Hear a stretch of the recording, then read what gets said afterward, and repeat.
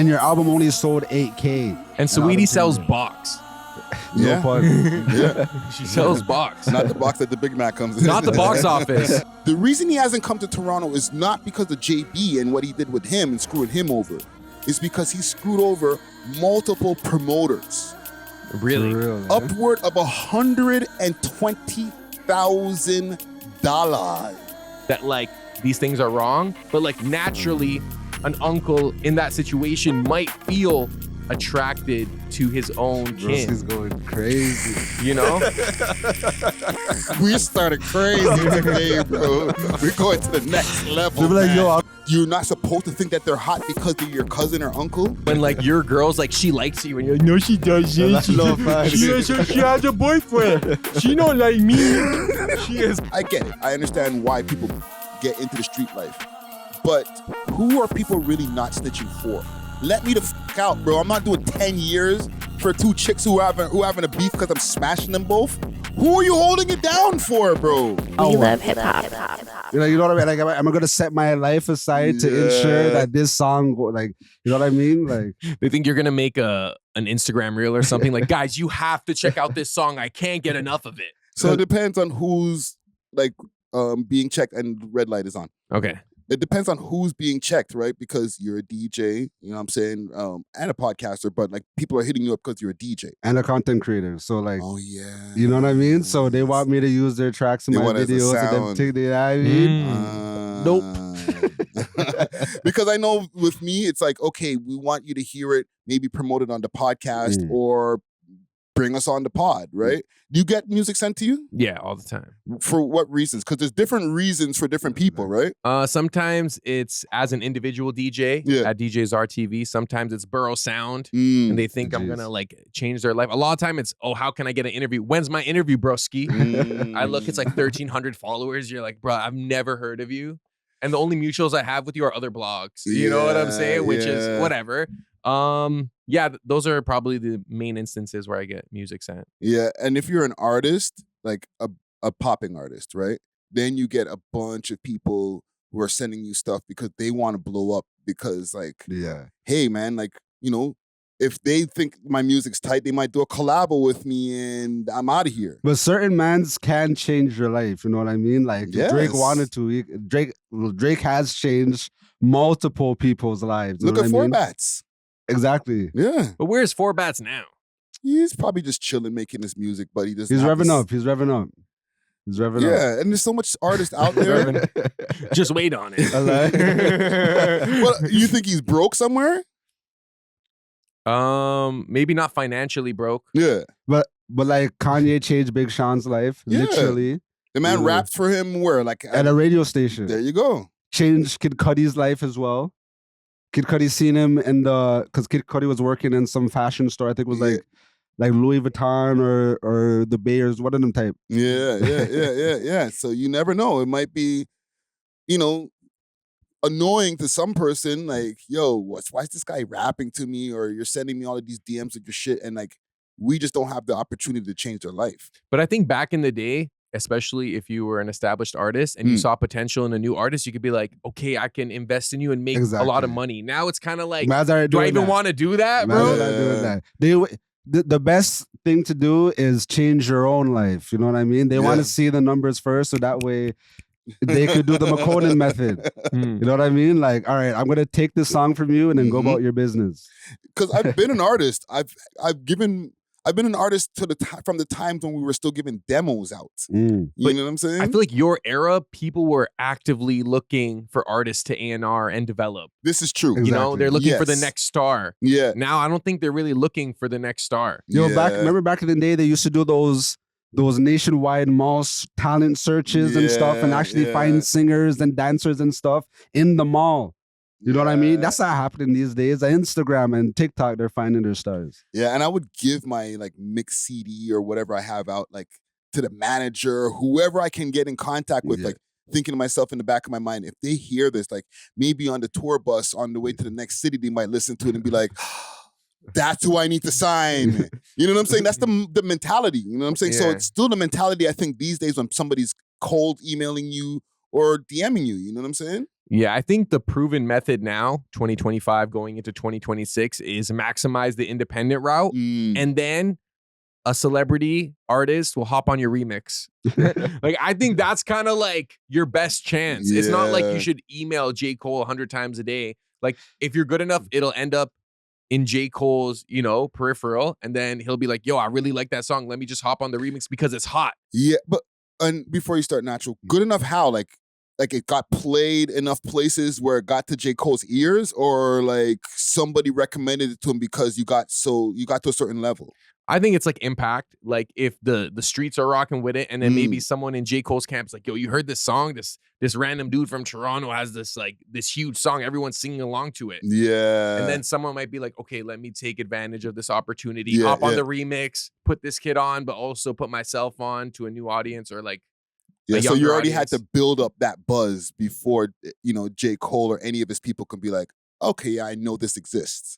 Yeah, but there are instances. Who's that guy that used to sing with A$AP Rocky, bro? I swear he's seen him when he was performing on the streets, and he sang, you know what? Every day I spend my time drinking wine, feeling fine. It's a Rod Stewart that's song. a big tune. That's a big tune. But A$AP Rocky remixed it, and then he got some guy that he just seen like, was it not panhandling? What is it called when you just buskering? Buskering, yeah. He was just buskering with his guitar. A$AP Rocky walked by him. He's like, yo, pull up to the studio. But that rarely happens. And what were you gonna say? No, I was gonna say we don't want to underestimate the brown paper bag method. You know what I mean? Like, okay, you might not be able to get to a J. Cole, but yo, Boosie will pull up to any hood pause, any ghetto, any street for the 3-5 bands. You know what I mean? And he'll do the verse. This is you know what I mean? You can get and clear it. You know what I mean? Well, and he's independent, yeah. And there's a lot of like dancehall Toronto artists. So I would say like, yo, even if you have to work your job, you know what I mean? For like a 6 month stack up, and then like, okay, you might not be able to get a Skilly Bang feature, but there's enough like hot artists in like Jamaica that you could pay them like 2 bands for a feature. And then you'll get like that international heat, and then like it will forward back over here. You know what I mean? Yeah. The days of how Drake got discovered by Lil Wayne and them is that's over. not happening. It's over completely, Because think about that story. Like, he has his mixtape or whatever. He left it with Des Bryant or whatever. I forget the dude's name that was Lil Wayne's manager at the time, right? He tried to play it for Wayne. Wayne wasn't trying to hear it. And then months later, he played it for him again in another setting. And he was like, yo, what's that? And then from there, they drawed for Drake, and then boom, Drake's out of here.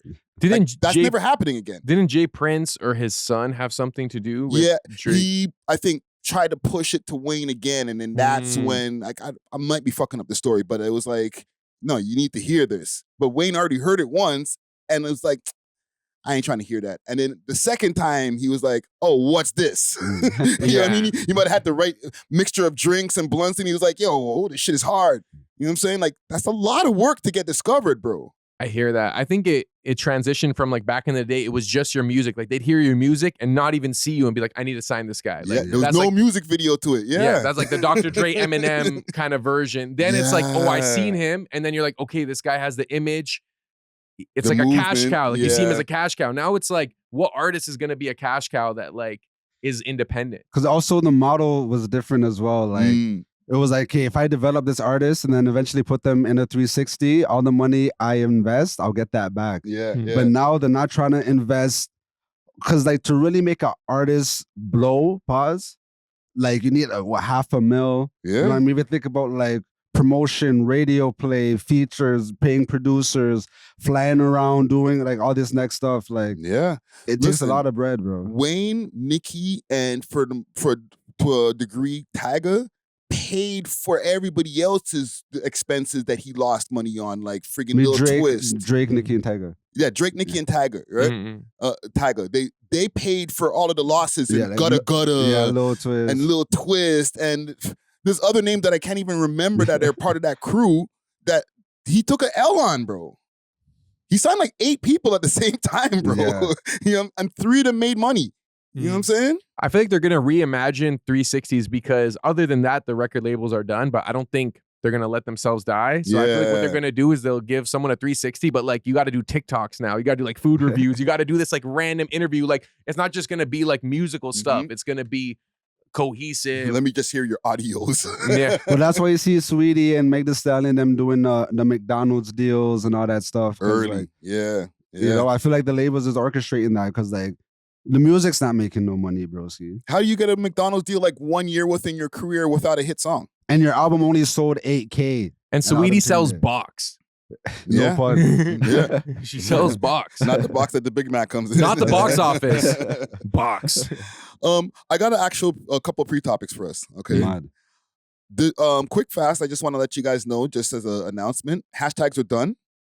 Okay, this is courtesy of businessbulls.in. His hashtags are dead. Instagram CEO just confirmed it.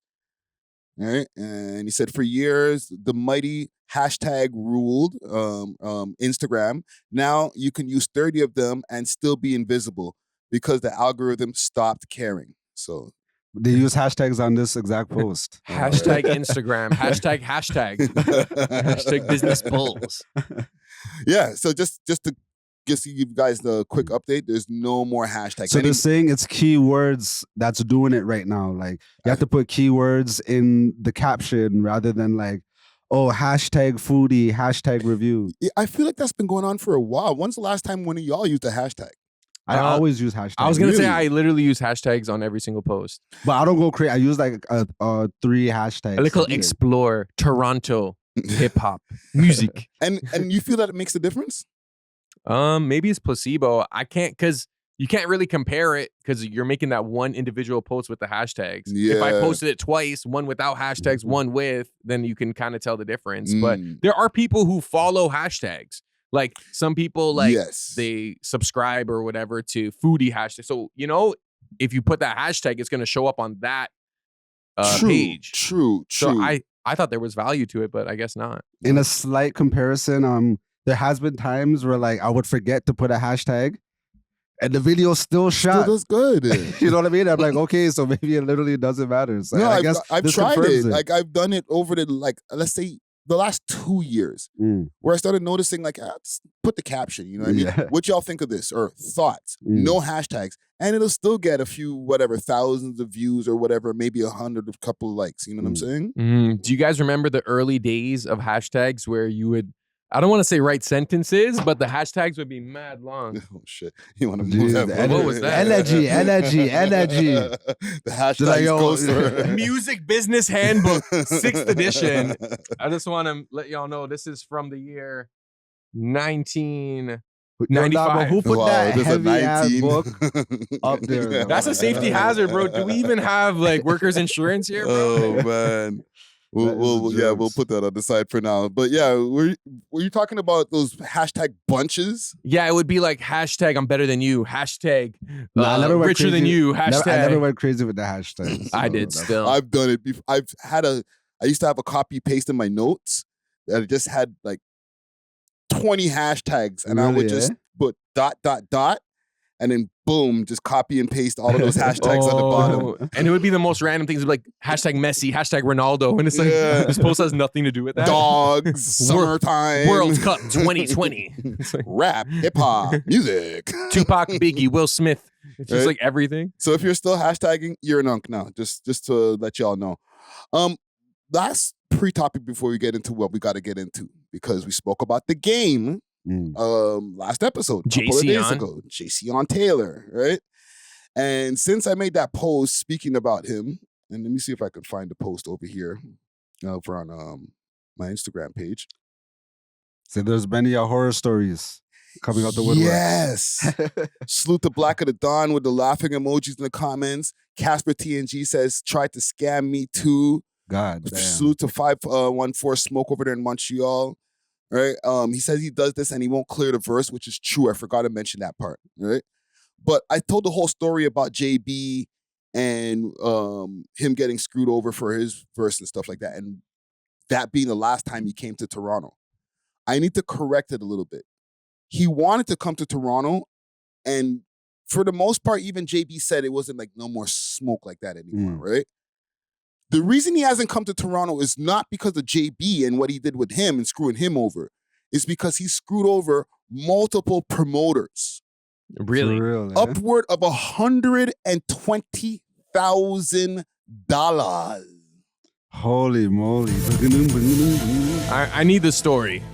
So basically, a few different promoters put together because like there's packages that these guys buy of a tour. You know what I'm saying? So a couple of promoters, a couple of Toronto ones or Ontario ones will say, okay, I'll book a couple of dates with him. And maybe somebody out west will say, yeah, I'll take a couple of those dates. And they string together a tour, and this is what they're going to be able to do. It gives an artist an idea of how long I'm going to be there. Is it going to be worth to even come to Canada? Exactly. Especially coming to a quote unquote foreign country. You know exactly. You know what I'm saying? So they got all that together. They set up a tour. They gave him all the front end, right? Because you got to pay the first half first, and that came up to about $120,000. He gets to the border. He tells the guys at the border that he is a known gang member. It's like, I don't think you guys want to let me in this country. Convicted criminal. I got a concert, rap about violent things. You're not going to let me in? Oh, rats. He's being honest. A little too honest. A little too honest. You know what I'm saying? So it's almost like he sabotaged his own way over there at customs so that they can send him back, and it could be like, well, I couldn't get through.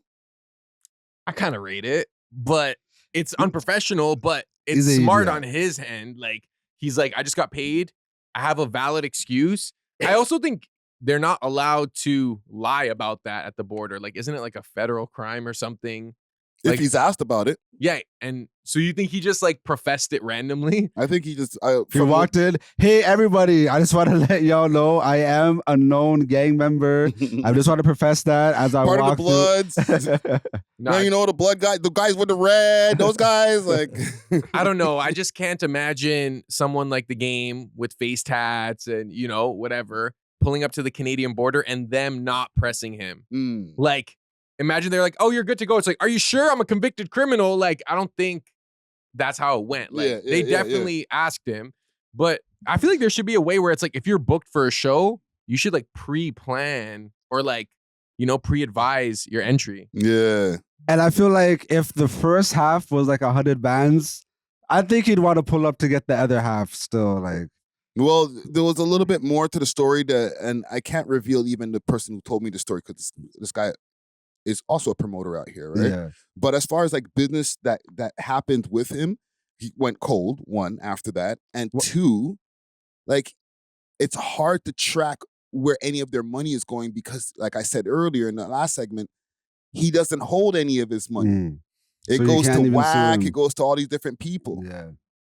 But also it's a deposit, you know what I mean? So like, although it is shiesty, you know what I mean? Like, if I was doing business with someone, like, you know, I'd probably give them 50 bands back, you know what I mean? Like, but, okay, if you give me a deposit and I try to pull up, but your government doesn't let me in the country, at that point, it's out of my hands, you know what I mean? Like, there should be like a clause maybe in the contract where like, if you can't get in the country, we get the deposit back or something. I don't know. It gets sticky. It gets sticky. You know? So why do y'all think, and yes, it does get sticky, and that's a part of the reason why he hasn't been able to, or hasn't even attempted to come back to Canada, right? But even with all these people, what's the deal, man? Like, this guy just saying, I'm reposting this, shaking my fucking head, laugh out loud. They tried to get me for 5 racks. Like, why is he doing this, bro? Like, people are flooding my DMs, bro, with this shit, fam. It's all about Moolah, bro. Like, hey, look at what 50 and G Unit has been doing. Like, they're going on worldwide tours, bro. International, like, like 50 pulled up, you know what I mean, to Canada, no problem. Like, you know what I mean? So compared to like what has Game been doing the past few years, like nothing really. Like, the only time he kind of got a blind was when Kanye linked up with him and gave him, you know, gave him a Maybach or something. Yeah, that was probably like the greatest thing. That he even started saying, "Oh, Ye's better than Ye has done more for me than Dre has." Yeah, so he doesn't have a lot going for him. If a man could pull up on you, give you a whip, and you're denouncing your hometown heroes and stuff, like, he got tricked on. Like, he just got gifted a Maybach. Yeah, you know what I mean? I think he's better. So I feel like he kind of has to do these schemes to keep up with Because these guys live millionaire lifestyles. You know what I mean? They have huge houses and stuff. Their bills are not like our bills. And LA's rent is not cheap, or like real estate is not cheap. You know? So and they have youths and anything there. Yeah, he might be broke. So I feel like our broke and celebrity broke are different. Like, I feel like our broke is like, we have nothing. Like, we're down bad. Their broke, it's like, I can't afford my $30,000 a month on my house and my $20,000 here and this, you know, like child support, whatever. Like, it's probably like he's down bad for his lifestyle. It is worse. Yeah, you're in the rear is like $200,000 on like taxes and freaking debts. Because if we go behind a few months, it's like, all right, that's a few bands. If they get behind a few months, that might be a few hundred bands. Becomes a million before you know it. You know what I mean? Like, yo, what did they take? They wanted to sue Lauryn Hill, the IRS. Or no, the IRS, I think they arrested her almost for what she owed them in back taxes. That's a lot. That's a big thing over there in America too. We don't deal with that over here. Yeah. Like, okay, you made $10 million. No, you didn't. You made like 5. 4, maybe. Not even 5. Like, they take more than half somebody's sometimes, bro. California's the worst. Yes. So like look at Lil Meech. He just did a big show. And then he's getting exposed by Selena Powell for like, she's paying his bills, she's sending him bread and stuff. He's like couch surfing and shit, like, or he's like being a hobosexual. You know what I'm saying? Delivering groceries and things. Yes, bro. So, and you're Big Meech's son, fam. What happened to all of that money? Broski was just on BMF. They had 2 seasons, I had 3 seasons. Yeah, but besides that, bro, your dad is a big drug kingpin, bro. Yes, he went to jail forever, but you're telling me all of the money they're gone? All of it? That's crazy. Retirement savings plan. You know what I mean? There's none of them things, bro. Mans are just like living the high life, and then they wake up one day and like, yo, what happened? Yo, they can't even go to McDonald's, bro. I feel like it's because of the expectation these guys put on themselves. And I want to know why maybe like as a genre, rap requires the artist to like flex their financial It's not success. only rap, though. It's rock and all them. I don't really hear too much like money flexing in rock music. They don't or flex like with the money, but pop. they flex with the drugs that they spend all their money on drugs that like, I'm going to say Ozzy Osbourne, but all those rock stars, you know what I mean? That kind of just like, I swear there's examples of mans that go broke and stuff. For sure, but I feel like the content of the music itself is never around financial success or materialism as much as it is in rap. Whereas like, yeah, you're gonna hear like substance abuse and like women and like all that stuff, but like specifically being rich, being swaggy, the flexing aspect of it, like it's like almost like uniquely rap. Yeah. Okay, that is true. You know, and that's why these guys like have to put on an image to like uphold that. Whereas like these rock dudes, like that's only a certain part of rap, because I would say that like the backpack man's like they're like anti-rich. You know what I mean? They don't flex as much. You know what I mean? If anything, they just flex about like security and stuff and like getting their moms a crib. You know what I mean? Or like wordplay. It's funny because Jake and I were just talking about that shit before, like how the backpack rapper, they look at them as like you're broke and shit like that, right? But they're a lot of times they're doing a lot more shows and stuff like that, way smaller venues. And their overhead is way lower. They don't have to have the whip. They don't have to have the excessive amount of crew members always around them popping bottles. And they don't have no jewelry, so they don't have to keep the jewelry game up. So to be them is way less expensive. And you might be pulling in 10 racks from a show, but that's 10 racks with your overhead ends up being 2 racks, and that guy does 2 racks for a show, and he keeps all of it.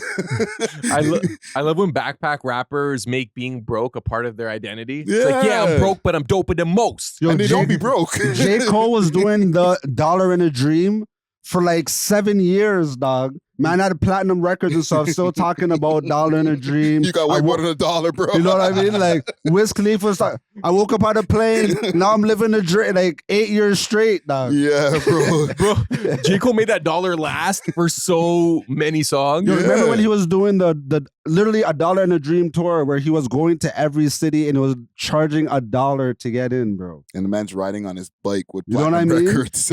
But when J. Cole got put on at a mainstream level, and when he got signed with Jay-Z, I do think he kind of like slightly revamped his image or reimagined his brand to kind Mr. of Nice look Watch. a little more contemporary, a little more like exactly. No more Mr. Nice Guy. Hello, Mr. Nice Watch. He had the little chain and stuff. Yeah, Jay-Z was forcing him to do that though. Yeah. Jay-Z, we need a hit. Be more like Drake. Be more like Drake. Told him right to his face. In front of Drake. Said, be more like this guy. Really, eh? You need a hit. Give this guy a hit, he said. All of a sudden, he's like, first time she was in my math class. I hated those guys.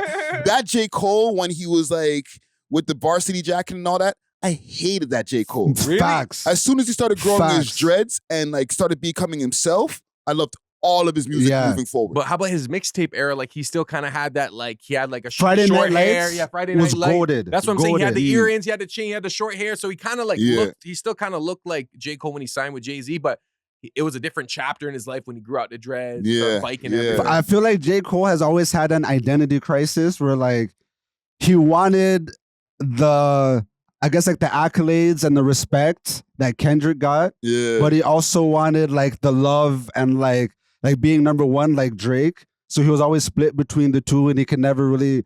And then that's why I kind of really don't respect how he moved throughout the whole battle and stuff. Yeah. Because low-key, J. Cole set it off.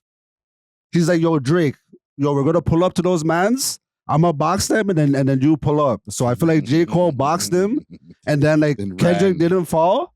And then J. Cole just opted and left Drake out there on his ones. And then Future hopped out. And apologized to Kendrick for hitting You know what I him. mean? Like, so, I had a little bit of ratings for J. Cole, but like now, like I can't even bump that guy's music no more. How do we get to J. Cole Kendrick? Because we're giving him too much love, so I had to shut it down. Yeah, it's so unfortunate because I feel like J. Cole was universally regarded as like, yo, he's cold. Like, don't mess with J. Cole. He's sick with the bars. He stands for good things, but he's also able to make good, dope music. Yeah. And then once he apologized and did that whole, I guess, apology tour, bro. But hey, I can't even listen to his music for real. Because he don't got to spend a bunch of money to be J. Cole. So you can take a break for a little while. He's not going to be like, I'm going broke, man. All these Maybachs. That's true. You know what I'm saying? But the game, back to him, when he was in his heyday, he had platinum chains, he had Maybachs, he had all that shit. You know, he was like, what is it? You 38 and you're still rapping, right? Now he's 50 years old and he has music out, bro.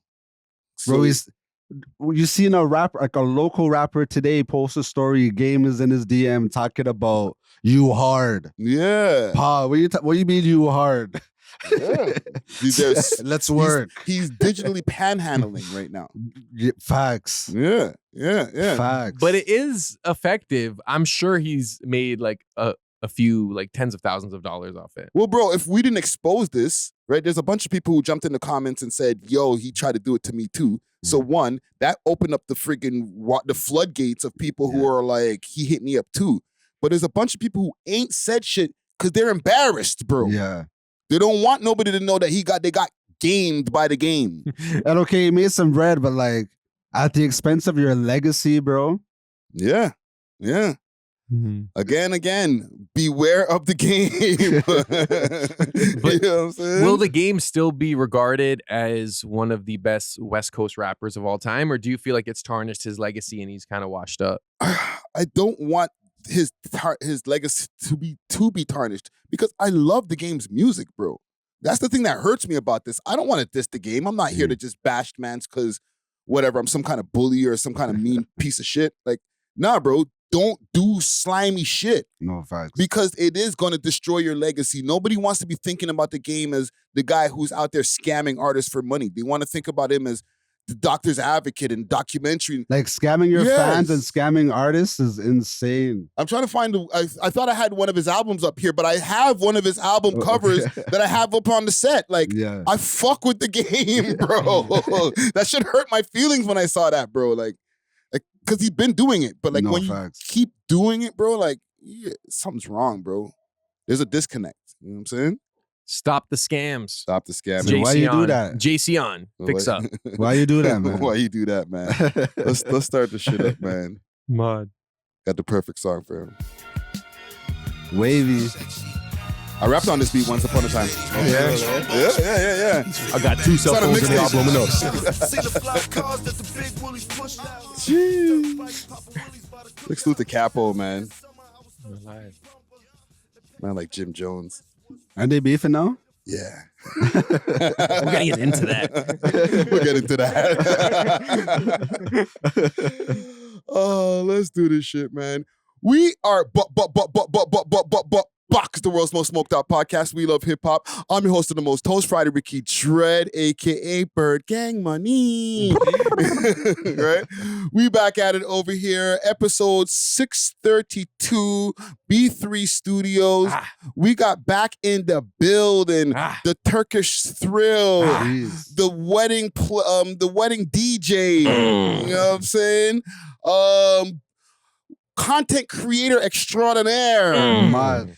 DJs are in the motherfucking building. Let's go, man. Yes, sir. Yes, sir. DJ Czar, aka Burrow Sound, aka Cheeseburger, aka Young Shawarma, aka Zarly Kirk. Any more AKs? I don't know if you got more.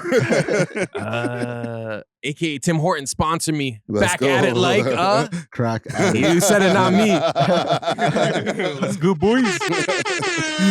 Welcome back, bro. Welcome back. And we got back in the building, Mad. Mr. Shotty Counter. Jeez. Put it on the board. The almost achiever of the triage. Man. So close yet so far. Right? You might see him up on your social media screens dancing with a cute Indian thing, actually. Gee, yeah, I yeah, seen yeah, that. yeah. Diversity. You know what I mean? King Diversity over here. DJ Natural Wave in the motherfucking building. Let's go, man. You already know. Hide your wife, hide your shawty, hide your sister, hide your daughter if she's over age. Because you know there's a little bit of an older audience listening as well. You know. Yeah. They got like some 21-year-old daughters watching this. The older heads are like, yo, fam, you better stay away. You're from my not daughter. that natural guy, bro. I was gonna ask something, but it's kind of very off topic. Talk about it. Because you're a little older, so Yes. like, have you ever had a friend and their daughter who was That's of crazy. age, like, That's started crazy. moving to you a little bit? Oh, okay. A friend with her daughter, no. Mm. But I've had like, young 20s things move on me back in the days. And then you're like, I know your pops, or no? No, because I didn't know their pops. Okay. You know what I'm saying? That's So good. it's like, whatever, I'm going to take you down. Take it down. Nah, I feel like that's one of the slimiest things. Worse Someone than could- sister? Worse than someone's sister, someone's daughter? I feel like they're mother is the just- most disrespectful, low key. It's all in the same ballpark to me. So it's all in the same ballpark to me. Like, yo, when I was in high school, I was dating a girl. I was dating a shawty. Bling, bling. And like, yo, her friend. Okay, remember, we're in high school, bro. Like grade 10, like young, not grade 12, older high school, young high school. Yeah. Her friend was going on dates with her uncle. Whoa. Like her dad's brother. Her friend was going on dates with her own uncle. Yes, bro. Like, So nobody got bodied, bro? Nobody got killed? like I wasn't able to hear the end of the story, but I'm thinking like, yo, as soon as the pops found out, like, that's a head tap, fam. Yes, bro. Like That's- I can't even imagine. Like, that is, bro, that's actually despicable, bro. The thing is, like, you knew they were dates, right? Because you had the insider info. But No, let's- and it's more than that, bro. Like, it got like they were smashing. it got there. Okay, that's messed up. It's so like, bro, like even at that age, I was thinking like I would get hot-headed, like, yo, that's crazy. So like That's even now that I'm disrespectful. older, Yeah. I'm like, yo, that's actually insane, bro. But at the same time, right? I said Like, at the same time. no. I'm thinking from the brother of the uncle, so the father, right? Maybe he hears, oh, my brother's taking out his niece to like a restaurant, right? And at a Okay, certain okay. age, that's like acceptable. But like, Yeah. at what age are you like, bro? I know like that's your niece, but like, bro, she's like 17. Like, it's a little weird. Or like, because you know what I'm saying? Like, your first instinct isn't gonna be like, yo, my brother's trying to like smash my daughter who's his niece. Like, you're And thinking isn't that incest, bro? Literally, it's not incest. It's not. Incest, I think, is siblings or parents. Like, it's like closer. So but it's still cousins is- bloodline, bro. I don't think cousins is incest. Really? No, I think there's another word for it. Okay, I was about to say I'm about to make some calls. Yeah. Like, we can talk about cousin marriages, brother. I know all about that. No, but like, is it like it's still frowned upon? It's like a family member, like you're trying to date your uncle. that yes, that I think the uncle Like, thing. this is a Game of Thrones, dog. That's crazy, man. But that's wrong on the uncle. On both parts. Well, like I feel like with the girl, like she's still young, impressionable. You know what I mean? So like the adult should know better. You know what I mean? Like the man knows exactly what he's doing. Like with the girl, there's a little bit of like reasonable doubt mentally, you know what I mean? Because like I've never seen any 20-something-year-old girls say, "Yo, I'm trying to date my uncle." You know what I mean? And like there could be pressure and stuff, like, so I don't want to put it on the girl. But you know what's interesting? So they say that with siblings, right? Even like with other animals, there's like pheromones that like when you smell your sibling, it's like you're not physically attracted to them. But like apparently if you don't know your sibling and then you like meet when you're like 21 or something, there might feel like there's like a familial feeling. And sometimes they will hook up not knowing that they're like related, like maybe those like sperm donor dads or whatever, right? But it's interesting because this uncle didn't have that like repulsion with his niece. So it's almost like, is it because we almost tame ourselves with like societal norms that like these things are wrong? But like naturally, an uncle in that situation might feel attracted to his own kin. He's going crazy. You know? We started crazy today, bro. We're going to the next level. They're like, yo, I don't think you guys should be smoking on the pod. I'm not even smoking right now. I'm on some other shit. Let's go, man. I'm ready to take this shit to the next level, bro. Okay, so like, you think it's just due to like societal norms that like we're just controlling ourselves, that like more times that like if we're in the wild, it'll be a ravage thing. No, like, you know essentially. What? And I don't want to go off of this ledge with you, but I do get kind of what you're saying, but not get it. Because attraction is attraction. A hot chick is a hot chick. The only thing that's separating it is, oh, this is one of my family members. You know what I'm saying? So the title is what is supposed to make that person unattractive all of a sudden. One thing I would say, this kind of adds to your guys' point, is like there has been points in history where like people, especially like with royal families, where it's like, oh no, you can't date outside the family. We're keeping this in the bloodline type thing, you know what I mean? Yeah, but look at how they look now. You know what I mean? They look weird in the face, bro. Right? It works out by keeping all that money in there, but you know, then next thing you know, like their eyes are a little bit unshifted, deformities and stuff. Yeah, bro. But yeah, it's almost like that uncle, for example, like he almost had to like fight his own instinct, which is he wanted to like have sex with this girl who just reached sexual maturity. You know what I'm saying? And I feel like if incest causes the youth to come out deformed, then like that's literally human nature saying that like, oh no, this is not what's going on. It's like defense mechanism. You know what I mean? Yeah. It's like wait, what's going on here? Yeah, but I need an answer to that question that I asked. Does it make it different because of the family like titles? There's one thing is if it's brothers and sisters and mothers and fathers, obviously that gets way too weird. That's almost like naturally built in us that like we wouldn't do that. But uncles, cousins, and stuff like that, right? Like, okay, that girl's a hot girl, or like, you know, on the opposite side, right? You're not supposed to think that they're hot because they're your cousin or uncle. I would say you're not supposed to, but it happens way more than people like to say. You know what I mean? Like, like you could speak for like the white side of things, but like especially like in the black communities, like there are a lot of like older uncles, you know what I mean, that prey on like the younger cousins, and people be like, "Oh, she's gonna be bad when she grows up." like what do you like what you mean by that? You done grew up there, girl. You know what I mean? Like fam, like, whoa. sit on Santa, like fam. It's nowhere near Christmas, brother. Like, holy, it's just a wedding there, uncle. What are you doing? So like, yo, even when I have my youths, it's like, summer. Bro, if I have my youths, you know what I mean? I'm being mad protective with that stuff, bro. Yeah. But why is, and I understand why uncle is off limits because he's family. Because we're talking about it in the sense of like somebody who might be like under the age. But like if the girl was 23 years old, you're old enough to make your own decisions, but like you're still going to be kind of cheesed that like you're dating your uncle. And I think that's where the societal norms kick in, where like that sense of shame or like cultural guilt, where people looking at you a certain way would almost prevent you from doing that, where it's like you're dating Uncle Marcus or whatever. You know what I'm saying? Like, yeah. Like there's so many other men in the world, but hey, you love who you love. Like that could be that person's answer. And it's like idiot thing. But again, why? And I'm not saying I condone it, but the reason that she can't find that guy attractive and vice versa is because of they have a familial title that's there. You know what I'm saying? But the attraction is attraction. Like, oh, you see a hot girl is a hot girl. I feel even if it's your sister though, or like, well, you're not supposed to because it's your sister. But it doesn't mean that you can't say, okay, well, that girl's not a hot girl. But if you do say it, now somebody's gonna go ill. Okay. People are probably going ill in the comments under this, bro. No, definitely. Like, I went to Ross in that chat box. No, but I'm just, just to massage the, just to really, thought experiment for a second. But I feel like, because I have certain friends that, like, they have hot sisters.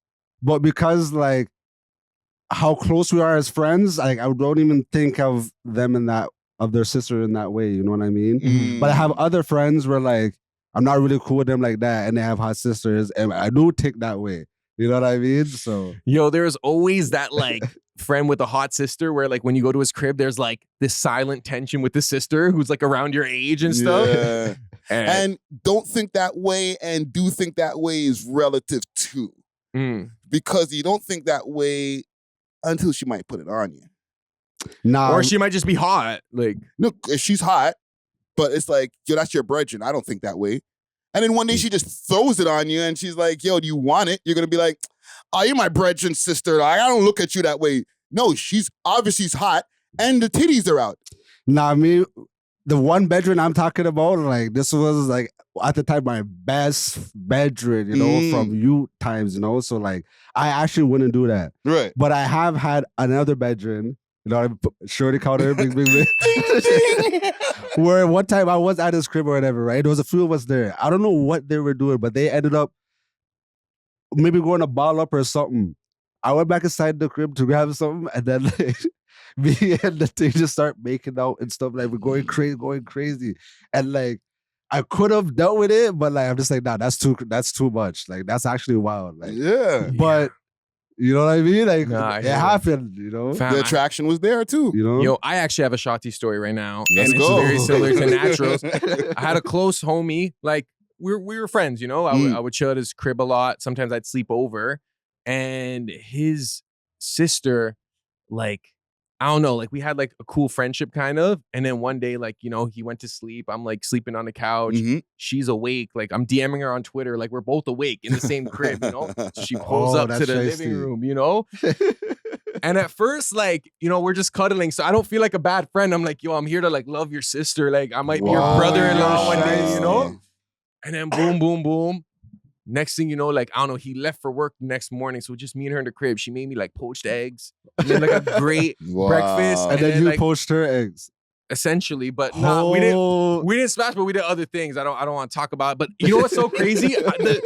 The amount of guilt I felt was like, I didn't talk to him after that for like years. Wow, that was heavy guilt, bro. That's crazy. I couldn't look at him the same, and it was like, I felt ashamed, but at the same time, like, she was like, oh, well, I'm my own woman. Like, you can't like just live because of my brother and stuff. And I'm like, yeah, you're right, But I just knew like I broke a code in a sense that like, I wouldn't have done that before she threw it on me, like you were saying. But it's like, once they throw it on you, then you're like, ah. Yeah, that's happened to me in a few different situations. And I promise, gang, we'll get to our topics in a second, right? That's happened to me in a few situations, but it's never been like a close brethren. Actually, there was one. But I ain't gonna really talk about it over here because like I don't want to pinpoint. I don't want anybody who watches to be like, wait a minute, that was my. I was gonna point at the stream like the Leonardo DiCaprio meme. You know what I'm saying? Wait a minute. But I had had one where like a man's girl like threw it on me, and I was just like, oh snap! I hate those, Yeah, and it's like fuck, I fucked her, but it's like. And then I doubled back at another time too, but it's like, God damn, bro, you're a slimy bitch. Like, yo, I thought you loved this nigga, bro. Like, let me know how y'all feel about this. Like, when you see a man with his girl and his girl's obviously being flirty with you and stuff, right? Like, we're men first, right? So do you ever feel that like sense of like shame for the guy? Like, you're embarrassed for him every time. And it's kind of like, I have to try not to be so cool and suave so your girl don't you know what I'm saying? Like, let me allow you and like not pick up what your girl's trying to put down right now. Turn the aura down a little bit. Let you talk a little bit more. Let me just fall back a bit. You know what I'm saying? And sometimes that makes her watch you even more. Yeah. Respecting a lot. You know, you can't even win, bro. You were just there holding court, running the room. Everybody laughing. And then it's like you could see Shorty laughing a little bit too hard. That's sitting there like cuddled up with her man, but she's like, you probably could knock that one down.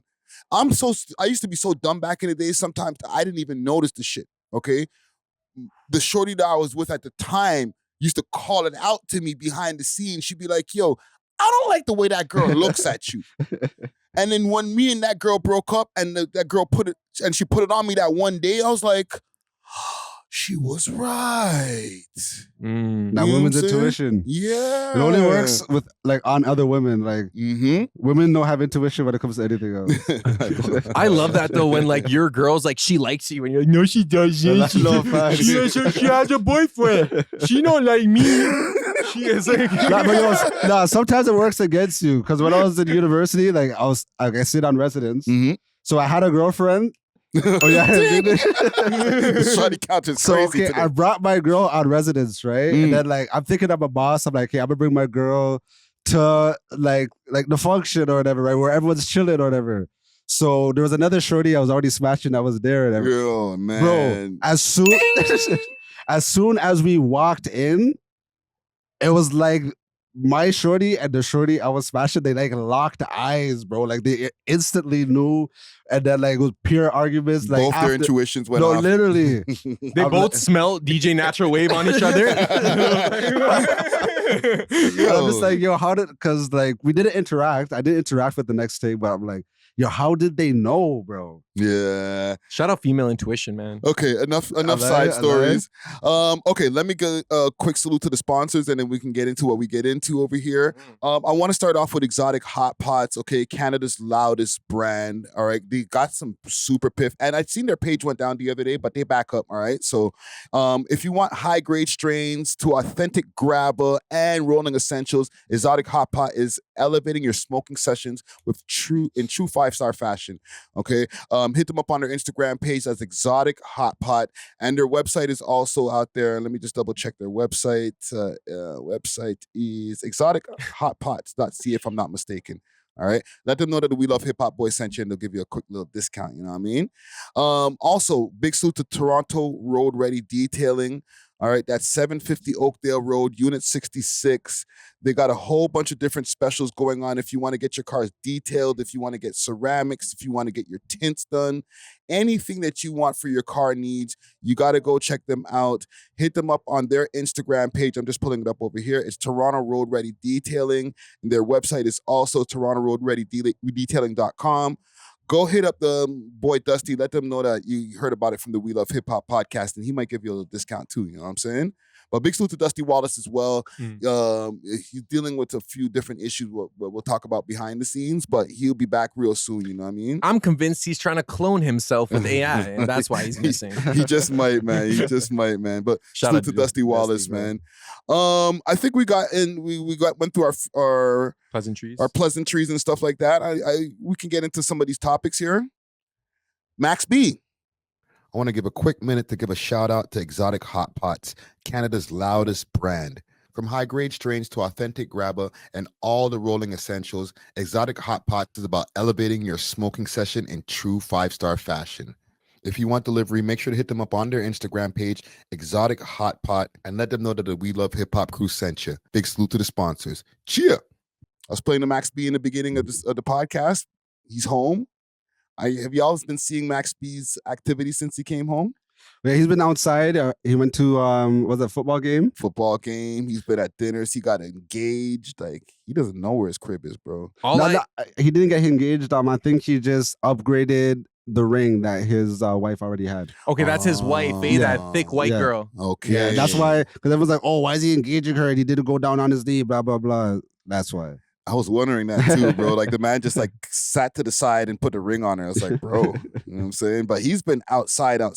Big A.W.O.L. But one thing that started coming out is here's the ring thing. Oh no, this isn't the girl. Okay, you're in the bin for 16 years. Quick, before we get to the main thing. You're in the bin for 16 years.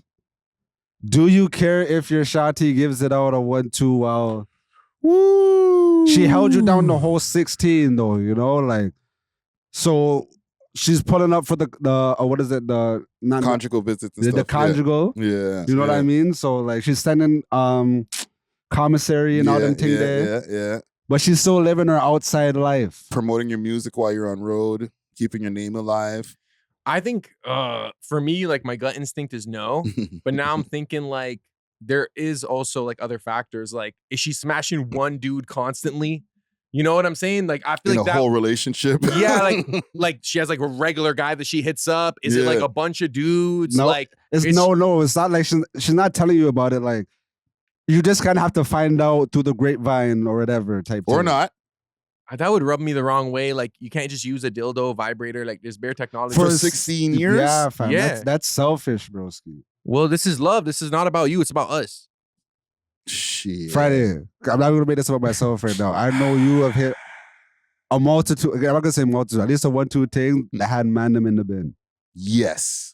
Too many times, to be honest. It's actually sick. Bro, you know those ones where like you're just laid off with them and then they get the phone call from bro. I've been there, bro. So you just have to just like sit there quietly, go on your phone. And they'll fawn over this nigga like, yo, like, I just got up in your guts. And you're like, oh my God, my man. And you're like, nigga, he gonna be gone for like the next 6-7 years. Like, we over here now. You know what I'm saying? But yeah, I just don't want to know. I know in the back of my mind, yeah, cool, right? I'm not going to give you the official, okay, shorty, you get a pass. Let's go. Just don't go crazy. Don't get it too loose. You know what I'm saying? Yeah. It'll just, what's not said is understood. I know I'm gone for 16 years. Just don't embarrass me. But so what leads to the embarrassment, there are also other factors, like frequency is a big one. Like, how often are you smashing next dudes over the last 16 years? Is it a weekly thing? Is it a daily thing? If it's daily, like, hell no. Even weekly, hell no. Like, maybe once a year, and like it has to be with a male stripper or something. Well, if it's once a year, then it could be it can't be like with like a friend that you smash. Like, it has to be so anonymous that like I still wouldn't like it. And that's also keeping in mind that you don't have any conjugals. Because if you have a conjugals, then you can wait the year to just come and see me. Yeah, I just think there's too much technology available. But it is because Sidem, she stepped out on Vibes Cartel and he wasn't like surprised by it. Like over the years that he was in the bin. Like, did she step out or did he give her a pass? Because there's a difference. You know? Ooh. So would you guys give your girl of 16 years if you're doing a sentence like that? Like, how many passes are you giving over the 16 years? Or is it like one a year? Like I said, I'm not giving her a pass verbally, but it goes without saying, you have your pass. I just don't want to know stuff. Yeah, just don't let me know. Because there's certain shorties that I've dealt with where like, just their mannerisms and stuff were like, okay, like they have the pass, but just keep it low. Yeah. But do I want to say where I was? Okay, I'm not going to say exactly where I was because that's going to give away the shawty. But I had this, bro, super sexy, super. The shawty count is crazy. Like 20? Yeah, it's going crazy today. It's going crazy today. But her man that was in the bin, like, because we would pop out sometimes to like parties and stuff. And like, I guess because I was getting a little bit known on the TikTok as a DJ and stuff, like, he was getting mad jealous to the point where he would want to like try to send mans to press me and stuff. It didn't happen. It didn't happen. But like she started warning me and stuff where it's just like, yo. Yo, like, but that's kind of both of y'all faults. What the fuck y'all doing stepping out for her, fam? Just take her to the yacht and take it down, fam. Like, why are you guys in the club together arm in arm and shit? Like, that's not your shawty, dog. Well, because like, yo, I'm a DJ and she was a promoter. So like, we would just be out, you know what I mean? But like, they would see us. You're doing too much. Leaving the party together and stuff. You know what I mean? Man, if you know that this chick got a man in jail, there's going to be mans on road who are like, yo, isn't that Picky's thing? Yeah. Walking with natural, like, you're all doing too much. You already got the poems. Y'all should have an agreement that we need to keep this under wraps. Because you know, our faces are too front page, as they say. You know what I'm saying? You're right. You got to be careful when you're smashing a man's thing that's in jail because you don't even know what he's in jail for. He might be in there for a body, bro. Nah, he wasn't. Yeah, he was in there for something serious. Yeah, and he might have serious friends, fam, that are like, yo, they just didn't catch us, but we got a few bodies. Hey, yo, broski in the comment that said, yo, natural, you're soft. You are 100% right. I see that. All these mans that are in the minutes, yo, like, when I find out certain things, it's like, I just have to stop talking to the shawty. You know what I mean? Like, yo, why did man come for you like that, bro? Yo, natural, you're soft. I'm not gonna lie, that guy constantly challenges all of us to fights. So shout out to him. He's pretty consistent on the comment section. Like, he's called me out a bunch. He's like, bro, I'm wearing like he's trying to run the hats. I wear like button-up dress shirts, half-collared sleeves and stuff. You know what I mean? So yes. Oh man. Okay, but all right. Listen, the reason I brought up Max B, not to pop anybody's balloon or to to fuck up the party, but he kind of snitched. Like confirmed? I guess yes. I'm gonna go by what Flacco said. If anybody thinks that this is fake news, then go to Flacco, right? Salute to Poetic Flacco, that's my homie and everything. But like, he did a video where he was breaking down him taking a plea deal. His plea deal implicates that his co-defendant is guilty of said crime. Okay? Because that's what you got to do when you're taking a plea deal. Like, you got to say, yes, I'm guilty of a crime to the degree, but not to the degree that you want to sentence me for, right? Because he was sentenced to 75 years. He got 16. Okay? So his plea deal allowed him to come home, but it also confirms that this co-defendant is also guilty. His co-defendant is mad because he's like, yo, it's going to affect my appeal. But he's already appealed before, and it didn't work. So Max B's like, bro, you've already appealed. Like, this shit ain't work. Like, let me freaking take this plea deal and get the fuck out. Well, whoop-de-doo. A lie? Whoop-de-doo. Like, okay, so we both have to be in here, broski. Yo, man, why am I going to do another appeal, dog? That's what these guys be saying, yo, bro. You fucking up my appeal. And in Max's plea, did he say, I did this, or did he say, we did this? I think it's like a we did this type of thing. So because it's a we did this, for the other person who's already convicted as well, now it's like, if you go for another appeal, that testimony doesn't help. You know what I'm saying? But Max's thing is, and the thing is, Max not even out here like trying to fight it and anything like that. He's just like, nah, bro, you appealed back in the days. It ain't work. Let me take my plea deal and come home to my family and shit. So it's a justified telling. And it's a plea deal, not necessarily a telling. It's just like, I'm guilty or we guilty. So I guess it is telling took a indirectly. plea deal and they said he snitched. So, yes. You know what I mean? Like, yeah, because this plea deal has to say, yeah, YSL is a gang. So now whatever they were trying to fight against not being a gang is confirmed because he took his plea deal, right? But these guys weren't convicted yet. In Max's case, his co-defendant is already convicted too. So he just confirmed what the courts had already determined? Thank you. Okay. And that's snitching. Technically, yes, because if Gunna's snitching, he's snitching too. But like you said, in Gunna's case, they weren't convicted yet. I feel like if you're already found guilty, you appealed, they found you guilty again, and then they just asked me if you were guilty, and I said, yeah, yes. he was guilty. Like, yeah, the jury did their thing on that one. I mean, I trust the system. This is what I want to bring up. I almost feel like these like standards of not ratting, it only applies to like those with a lower economic position. Because every time you see these rappers or like big time mafia dudes, when like they get hit with the book, they're always like talking or they're going to cooperate in some way, right? But it's like, it's the local levels where it's like, oh, you got bagged for this and like you're a nobody. Yeah. You got to like live by these rules, live by this code. But when it comes to like the higher levels, they're not playing that because they have their own self-interest at the end of the day, even though they might claim that like, oh, I live by the code or whatever. Now, as somebody who used to be in the streets heavily, I don't want to be this holier than thou person that now that I'm not in the streets is like, well, what the fuck you guys doing? Because I get it. I understand why people get into the street life. But who are people really not snitching for?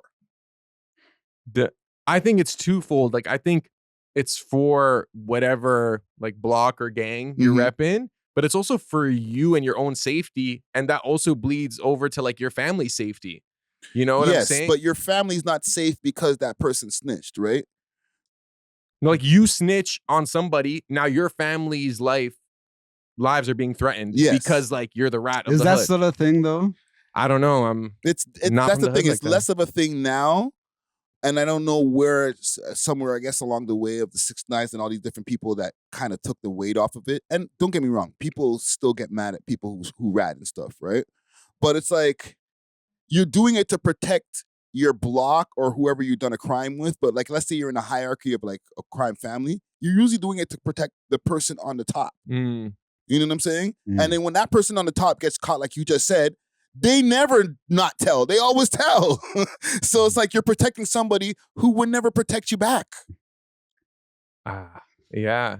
I feel like no snitching is very black and white, and like every situation has so much nuance. Like meant to some snitching. like you know, like everyone that snitches, like Gunna's like, oh no, I didn't snitch. I just blah blah blah. I just said what I did. Da da da. And then Young Thug is like, oh no, I didn't snitch. I was just trying to like spin the cops. Yeah. And then like, so I feel like everyone has like an excuse. 6ix9ine is like, oh, the reason why I did is because they were like sleeping with my girl and stuff. So they kidnapped me. And they already betrayed me, so I didn't have to be loyal to them. So I feel like everyone applies their own nuance to the point where like the rule doesn't even matter. You know? Yeah, but even if he didn't, okay, let me say something quick. Like 6ix9ine example. Okay, he holds it down and does 20-something years for the guys who kidnapped him and was trying to fuck his girl. Was smashing his girl. Or was smashing his girl. So you're a G for that? But a lot of people do it like on like honor, you know what I mean? Like certain men, like they put their honor above anything, you know what I mean? Like how is that honorable though? Like, yo, these guys are fucking my girl. They're plotting on my downfall. Okay, but I'm gonna hold it down. That's that situation. But I feel like there are situations where it's like, okay, all of us went on a drill, you know what I mean? Like we lost our sponsors and stuff, like it got down bad. We went on a drill, and then I was the one that got caught. You know what I mean? Like honorably, I wouldn't say like, oh yo, Friday and Zar were there as well, yo. Yes. You know what I mean? Like that's one example because everybody's on the same level in that kind of case. You know what I'm saying? We're all going on a drill together, like whatever. Like there's no criminal gang hierarchy. Thugger and Gunna get caught in a car together, okay? Gunna, and that's one thing, but Gunna is just signed to this guy as they're not even from the same neighborhood. They get caught in the RICO. You're in the RICO, and I gotta hold it down for what? Your gang that I have nothing to do with. I'm just an artist assigned to you. I think for what? It's for principle, and I feel like it's that shared set of principles where it's like, okay, you know, we're gonna do this. We both agree that like we're not gonna say anything, right? And it's almost like people like Gunna, Young Thug, like they kind of, the way they speak is like they know snitching or ratting is wrong, so they find the nuance. But like, what is the reason behind the principle of like why you don't rat? Like for me, I think it's like pretty obvious. Like, you know, if you're gonna go against the system, like against the law, don't help them. With somebody, like you've chosen to partake in that, right? So it's like you should just hold it down. Yes. But for some people, they might feel like, oh yeah, that's true with certain situations, but with my case, like I was facing 35, and all I had to do was say that this was a gang and stuff. Like, you know, like they'll find those nuances, but I think it's a globally shared principle, like don't snitch. Yeah, no, and we've spoken about that, and I agree with that. I am not in the snitching category, but it's just like the nuance, like you're saying, you got to think about, okay, am I going to do 35 years for this one guy so that, you know, we could both sit together? I do see what you mean. I don't really care about the no snitching, blah, blah, blah. But what I would say 100% of the time is like silence is always the best route. Yeah. Because when they say anything you say will be used against you, like, yo, they mean that, bro. Yeah, I watched so much interrogation footage where it's like, oh, like we had an inkling of this, but like they ended up saying this one thing that confirmed this. So we were able to go and collect this evidence that brought the whole case together. Yeah, and there's been multiple cases or a few cases, I won't say multiple, but a few cases where nobody spoke and everybody got off. Yo, I watched this one case where like, okay, these two women, like they set up this like their ex-boyfriend or whatever, right? But they had this next guy do it. But because the guy didn't say anything, and the 2 women were chatting. The 2 women ended up getting charged for it, and the guy skated because he stuck to the I didn't do nothing, blah blah blah. Yeah. And then the woman, they kept like changing their story too much, where it was like, yeah, okay, we're just gonna put it on you guys. Yeah. So. And when we're speaking about like artists' storylines, like we respect someone like Bobby Shmurda, who was willing to take more time so he wouldn't have to enter this plea deal or like have to cooperate, right? So it's like, why do we respect that naturally more than someone like a 6ix9ine or Gunna or Young Thug? Like, I think it's because like intrinsically we know like there is honor in living by certain principles and sticking to your principles even when it's difficult. Yeah. And I think a lot of these rappers that we're seeing, even like rappers from before who would cooperate, like they sell the honor, like they sell the image of like, yo, I'm just like old school G, like I live by the code, but like they say I'll never snitch. You know what I'm saying? Yeah, but they don't live by those principles when it like comes down to it. Yeah. And listen, Max B, he did what he had to do to get out. And he's living in a time, he came out to the perfect time where people don't care about that shit no more.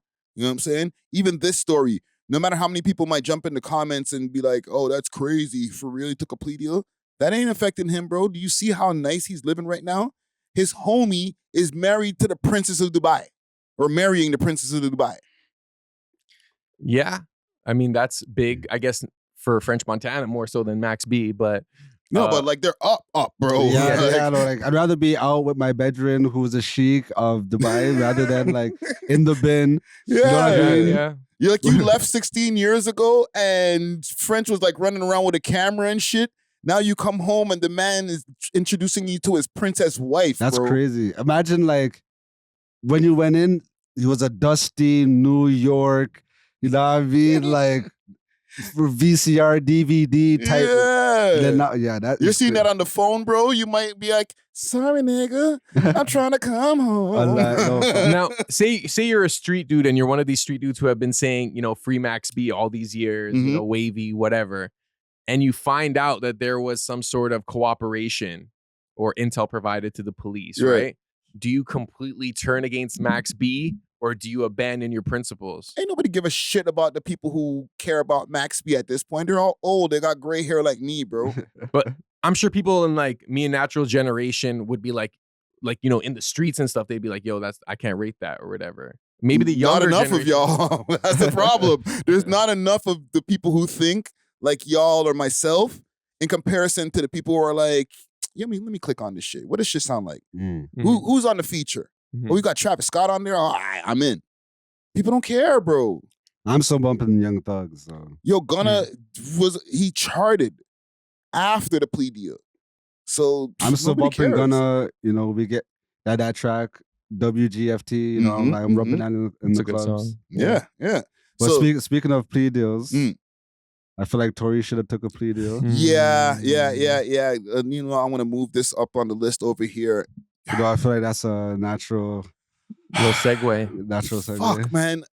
Shoulda, coulda, woulda, but bro, like, for real, bro, like, why you doing time if you didn't do it, fam? I ain't doing no time for no fucking chick, bro, that just cause me and her were smashing.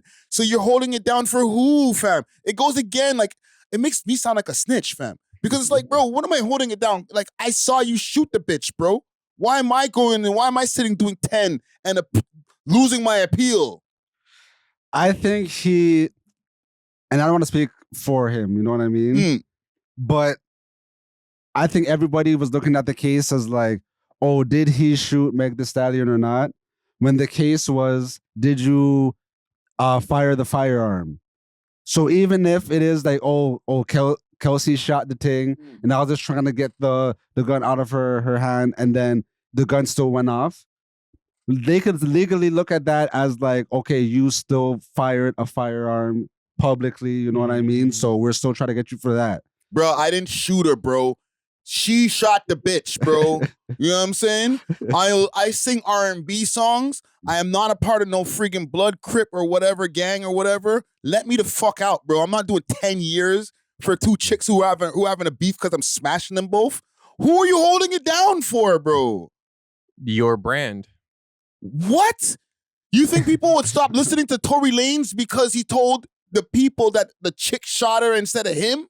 I think when the story first broke out and everyone was on Megan's side at the beginning, I feel like it would have been a bad angle if he was like, no, she did it. And it's like, you're blaming the victim. Bro, but if she did it, and he said, lose. no, but if she did it, or so, what I just say is Chelsea, right? Because we still don't know to this day. Or Kelsey, right? He'd be at home right now. That's it. Done. I didn't do it, fam. What's the story though? Okay, like she just did it, but they did say that like his fingerprints weren't on it, and like there wasn't like a DNA match and stuff. You know, so this is one of the situations where I think it's gonna sound crazy, and some people are gonna clip me. It's okay to tell, nigga. It's okay to tell, nigga. Nobody thinks you're gangster like that, bro. Like, yes, we know you done some real shit, but like, bro, we're not looking at you like some kind of like shower posse ass nigga or freaking. Nah, bro, you're the nigga who sings good tunes and can rap well, bro. You don't have to hold it down for nobody, fam. You're a civilian. At the climate that time, like the whole 6ix9ine thing happened, and like it wasn't. He was playing a gangster blood. He's not allowed to snitch. You're just a friggin' R&B singer, bro. Snitch. But look at that Corvette. You know Corvette. Remember that you that made that song? My jet. Yeah. Okay, so I think like his brother got shot or something when he was like 8 or 9. Right. And then like the police asked him what happened, and he said what happened. After that song blew up, they brought up that paperwork and they tried to cancel him for that. Like the 2020 time, like the snitching, like, bro, I don't know what happened in these past 4 years, but them times, like if Tory were to be like, oh, I didn't do it, I'm about to snitch on this girl. So like, not only does one set of females think that I shot a shotty, but the next set of females think I'm blaming it on a next girl so I could get out of it. You know what I mean? And them times, man, it was very woke. Oh, we don't like men, but I just feel like Tory was in a lose-lose. Just like that alone, putting it on me that I shot the chick, bro, get that off of me, bro. It was her. Done. I'm out of here. Let me go home, bro. Don't deport me to Canada, bro. I'm not holding it down. We ain't going freaking go do a lick together. We got into a fight after a freaking hanging out at Kylie Jenner's house. Nobody got to hold it down for nobody, fam. Obviously, Shorty ain't holding it down. She's like, he did it. But she wasn't the only one that said he did it. They have an eyewitness that they flipped. It was originally Tory's witness. That's when I would have just jumped out in the courtroom if I'm Tory. And y'all, I guess y'all can call me a rat, I guess, or whatever, right? I never ratted, so don't even do that. But like, I would have jumped up in the courtroom and be like, nigga, are you crazy? It was the bitch Kelsey or whatever. Order. That's what you would have heard. But you know what I also want to say was a lose-lose? Because Megan had the whole Rock Nation machine. Yeah. And at that time as well, we didn't know what Rock Nation was really doing. Tory's dad was yelling from the hilltops. Jay-Z is sabotaging us. And we all laughed at broski. Like, oh, just because you guys lost the case, you want to blame it on Jay-Z? Yeah, you can low-key kind of dress like him from that day.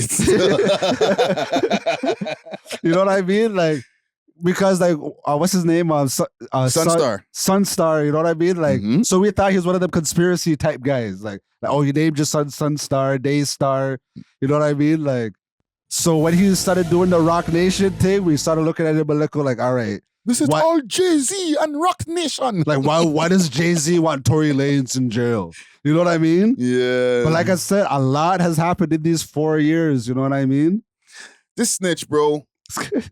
I'm sorry, man. I might make bad or good advice. Like, nigga, just snitch. Come home. The only person he's protecting by not, I guess, snitching in that direct sense is the girl. So what are we doing here, bro? Come home and let's get to this tour, nigga. Okay, let's say he tries to snitch, and then the witness still says, nah, it was bro. Okay, but then you're going to get fucked up in jail. Now you a snitch and you back in jail? Then it's like, all right, bro. You know what I mean? It's like, you can't lie, though. Like, people probably respect him more for holding it down and, like, keeping his position. I don't know, like... Some dusty hood niggas, bro? Who cares about them, bro? I'm sure... 10 years is a long time. Don't get me wrong. Come on, fam. And does he have to do the full 10? Does he have to do like, could he do like a 7? He's going to have to do whatever, 2/3 or whatever amount of this 10 that he's going to have to do now. It's final. He's appealed. Did he had time and a half? I feel like... I don't know how that But works even the over there. plea would have been bad because then he would have had to kind of like admit to it. And then that is...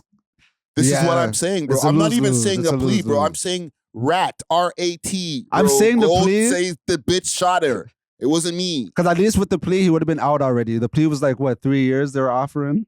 Bro, fuck the plea. It wasn't me. I didn't shoot her. I saw the girl. She said, bang, bang. I would have just ratted, bro. Nobody gonna tell me Tory Lanez, the R&B singer, what's wrong with you. John, what's his name? He's not just an R&B singer. He has a rap song called Shooters. Well, you know what? He does. He's there singing his ass off on the same damn tune, same way, right? They didn't call Kid Cudi a rat the other day when he went in. Some people did try to do it, but he didn't give a shit.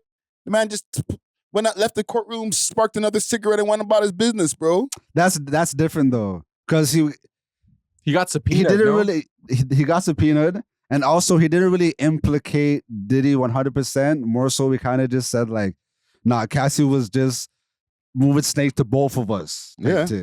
Yeah. And Diddy blew up his car. Like, bro, fuck you. Like, I'm not. You know what I'm saying? Went through my Christmas gifts and stuff. Like, yes, locked my dog. Yo, you have a dog, bro. Imagine if someone broke in your crib, locked your dog in the washroom. Yeah, but for Friday Ricky Dread, I'm supposed to hold it down because yo, man's used to be on the road. You were on the real Toronto and all this shit. So I'm supposed to not snitch. I just told you the other day I called 911. If Gutsy like creeps into your crib or something and addresses like I don't want to answer that question. Okay. I'm just playing though. But like the other day when somebody was bringing us potential danger, what did I do? I called 911. Maybe the 25-year-old me, not even maybe, I know the 25-year-old me would have hit him with something. Yeah. And now I have, if something else happened, if the cops come, I have an assault charge. You know what I'm saying? That is true. So I'm not going to sit and do time for people like, if I'm not a gangster, bro. I'm not holding it down, bro. So how much time did Tory do so far? He's like 2 years in, fam. Nah, not only 2 years. Bro, this happened, this shit, like we're in 2025. I think he got sentenced in 2020. Oh yeah, he was out. He didn't even do no time served. Yeah. Oh, so another 8 years? At least another 6, for sure. So 2030. Virgin.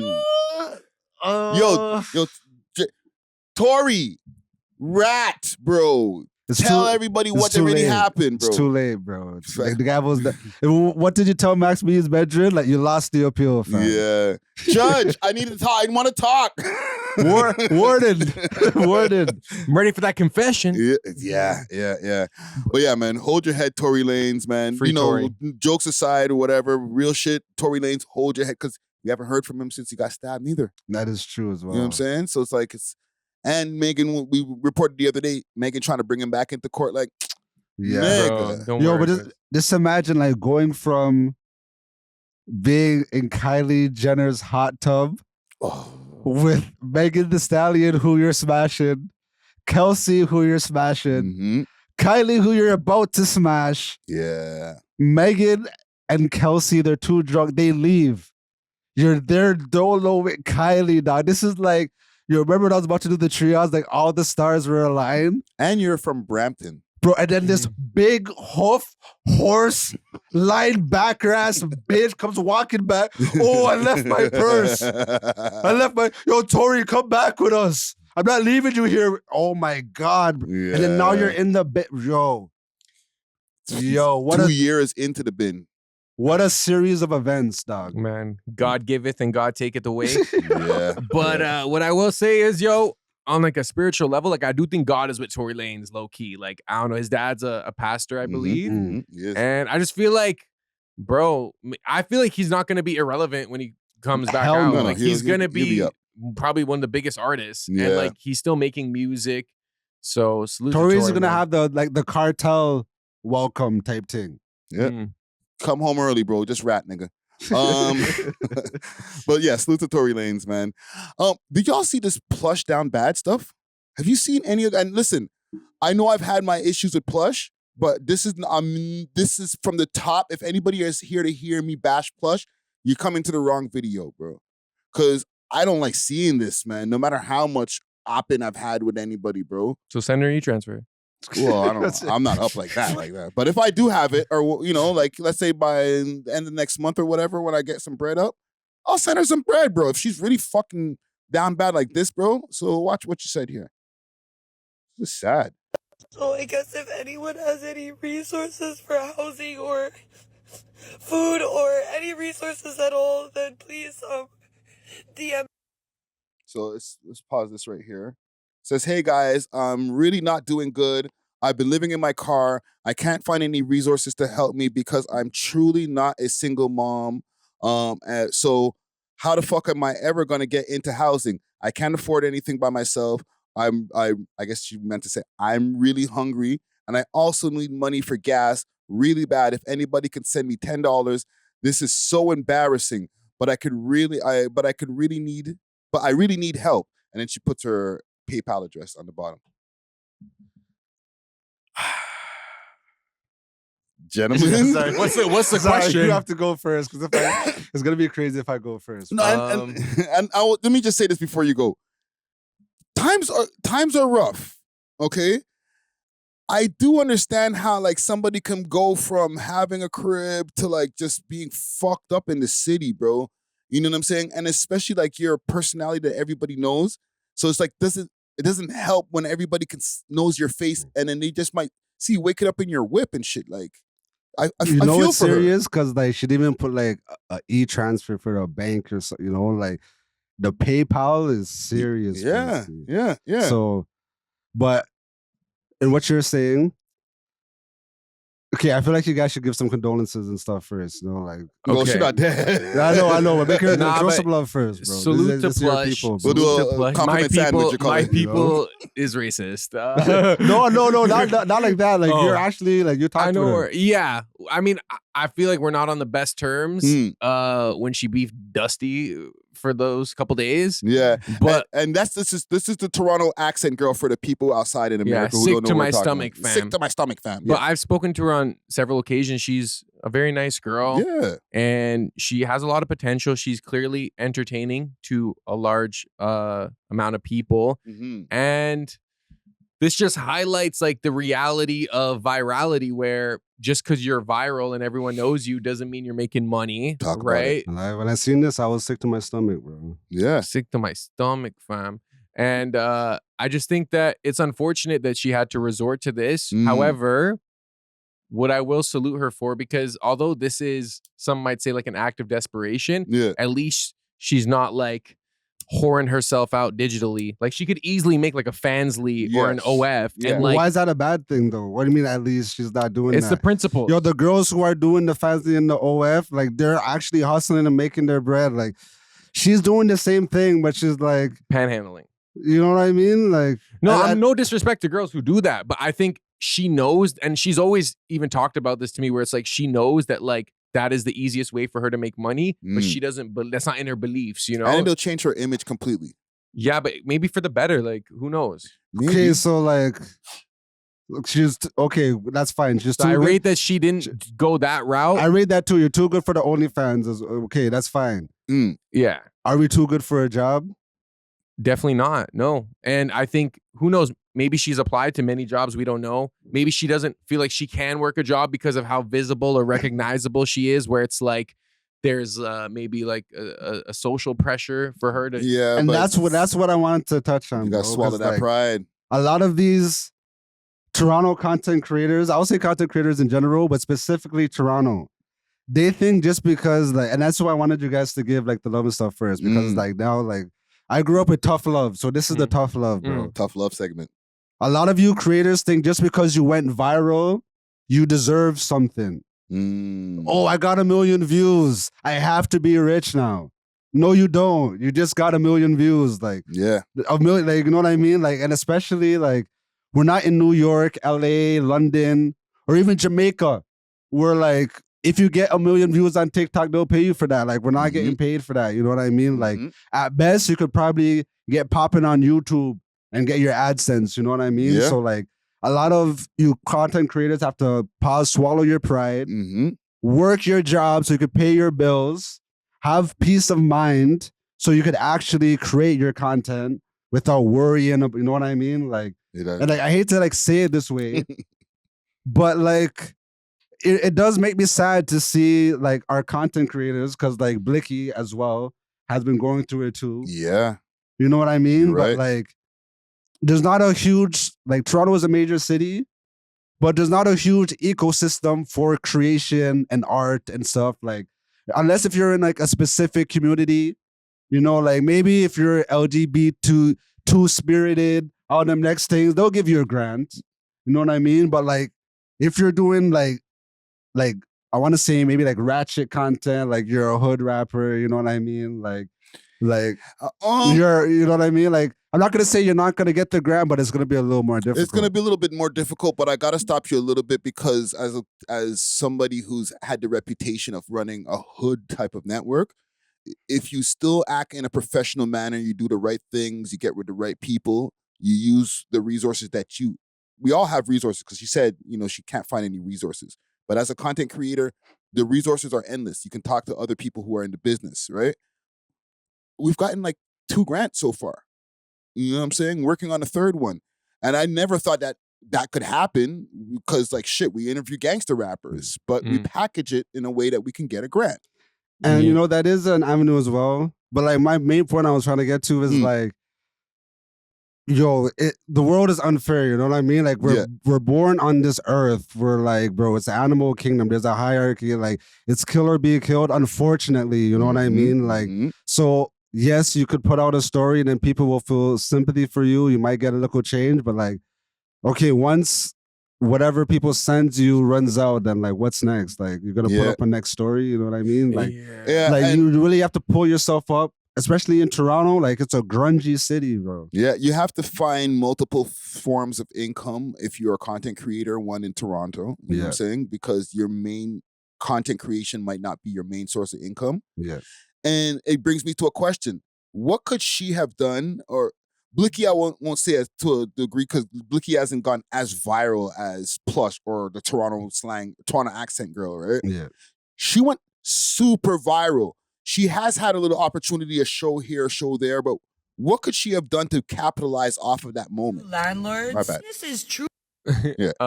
I think there are several things I could list, like having a manager, going on more podcasts, doing more live streams, more collaborations. Like that's kind of like the surface level answer. But I think a lot of her situation, it boils down to conduct. And I feel like that conduct is affected by her mental health, because she's admitted that she has borderline personality disorder. This is true. So that makes it hard to sustain relationships or sustain any sort of stability in your life, right? Yeah, like she crashes out. Yeah, right. And like, who knows like what her like meds situation is? Is she off the meds? Is she on the meds? Is it expensive? Like what her love life situation was? Was she living with a dude and now they broke up and now she's living in her car? Like there's a lot of variables. Now she said, well, she in another post, she bigged up her boyfriend and her friends for helping her out. So she's still with her man. Fam, your man can't let you like crash at the crib. Like maybe he don't got his own crib. You know what I'm saying? Like where he living in his whip. What I do want to say is like, again, I don't want to seem like I'm bashing on her or anything, you know, like, but I did get a little bit of like victim mentality, which is like, oh, I'm not a single mother, so I can't get housing or whatever. Like, yo, like, you flexing right now? like, yo, you're not a single mother. You don't have dependents and stuff. Like, you have 24 hours every day to hand out resumes and do things. You could apply for, like, there's so many things you could do. Yeah. You know what I mean? Instead of just like living in the victimhood of like, oh, there's no resources. Like, well, as soon as you say that, the universe is gonna clock it. Like, okay, bet, all right, there's no resources for you. Yeah, the resources will close or the opportunities will close. Yeah, and you saying there's no resources like cancels out any chance of you finding resources. You're not even like, you're not trying. I can't find any resources. You're like, there are no resources. Like you've checked them all, and there's definitely a way she could find like some sort of like subsidized housing situation. That might be a pride thing. I don't want to be the one who's on subsidized housing, and they find out I got to go over to the office, and they're like, "Yo, aren't you the Toronto accent girl over here at the Ontario or whatever Toronto community housing office. Yo, like I hear that though. And I'm gonna say, yo, there has been times where like, you know, like out of pride, I'm like, I'm not going back to my parents' crib, like, you know, and I'm like, I was like damn near homeless, you know, for like a 1-2 week, but like, even I was doing content and stuff. I'm like, yo, let me just pause, swallow my pride. I'm gonna get a job, bro. Like, it's not that serious. Sometimes people recognize me as like, oh, yo, blah, blah, blah. And like, it's not a big deal. You know what I mean? They helps me up. Like, like they don't roast me like, oh, you're working a job and making money, da, da, da. Like, yo, with my job, man, I'm live in a condo downtown. You know what I mean? Like, you know what I mean? Like, man, I'm live blessed now. I'm able to work my job. I could do content at my pace, at like my comfort. You know what I mean? Like, so I'm saying this in a sense of like, yo, I've been where she was as well, and I didn't even have a whip. You know what I mean? And I'm not saying, I'm not trying to minimize the situation. I'm just saying that like, you could get yourself out too. And listen, I hope if she does hear this, because she'll probably hear this, because I'm gonna make a clip with her face on it. Use it as advice. You know what I'm saying? No matter how the delivery of any of our messages are coming out here, like, just use it as advice. We ain't trying to get at you and diss you or anything like that. Like, we all can understand and we all can relate to going through hard times. Exactly. Yeah, You know we want the best for her. I'm willing on this pod to offer a bill cash if you pull up to our next Wednesday episode, our group one. Wow. That's on me, on me, boys. I'll put more on it. I mean, we won't disclose it, but we'll, you know, just swing me some. So just pitch on it. Yeah. But yeah, like, yo, whatever opportunity she can find, like, she should go for. And even in my conversations with her before, like, what I always noticed was like this desire for like guidance or like a managerial sort of figure. Because how do I explain? Like, I just feel like she just needed to be pointed in the right direction, but everyone just assumed that because she was viral, like, she knew what she was doing. You know what I'm saying? So like, and you're not viral on your own platform, so you're not making the money. And she's worked alongside other people who've tried to manage her, and then conduct starts to kick in, and then like the relationship fails, right?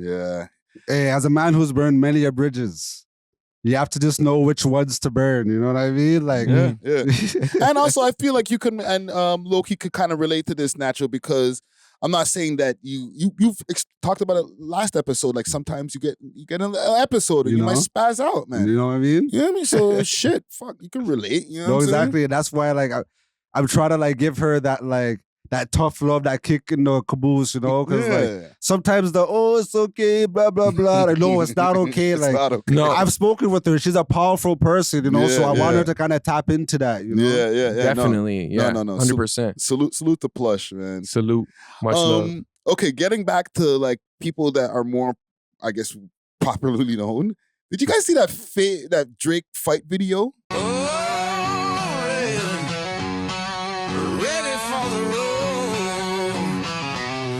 Roll Ready Detailing, now open 7 days a week from 8 to 5 p.m. 750 Oakdale Road, Unit 66, specializing in ceramic coating perpetual with warranty, PPF, tints, wraps, vinyl wraps, and hand car washes. Remember, we clean anything on wheels. Roll ready for the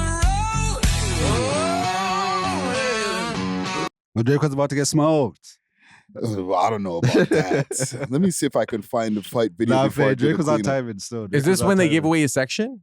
Yes. Quote unquote. I don't think so though. He was in Turks and Caicos, they're saying, and he was like at a hookah bar, right? And that's cap though, because the effect Drake has had on Turks and Caicos is like, I can't even think of Epstein's Island. No, I'm joking. No. Aubrey's Island over there. But I think he probably like 100x the economy over there. Type thing, you know, like, he made it like a more of a big destination spot. Ain't nobody was going to Turks and Caicos, so Drake was, you know. Real talk, bro. I always used to like. I wouldn't say be weirded out. But I'm like, how come they're calling it Turks? You know what I'm saying? I'm like, ain't no Turks over there. Like, oh yeah, because they're a Turkey man. Yeah. So here's the video here. Big salute to the boy.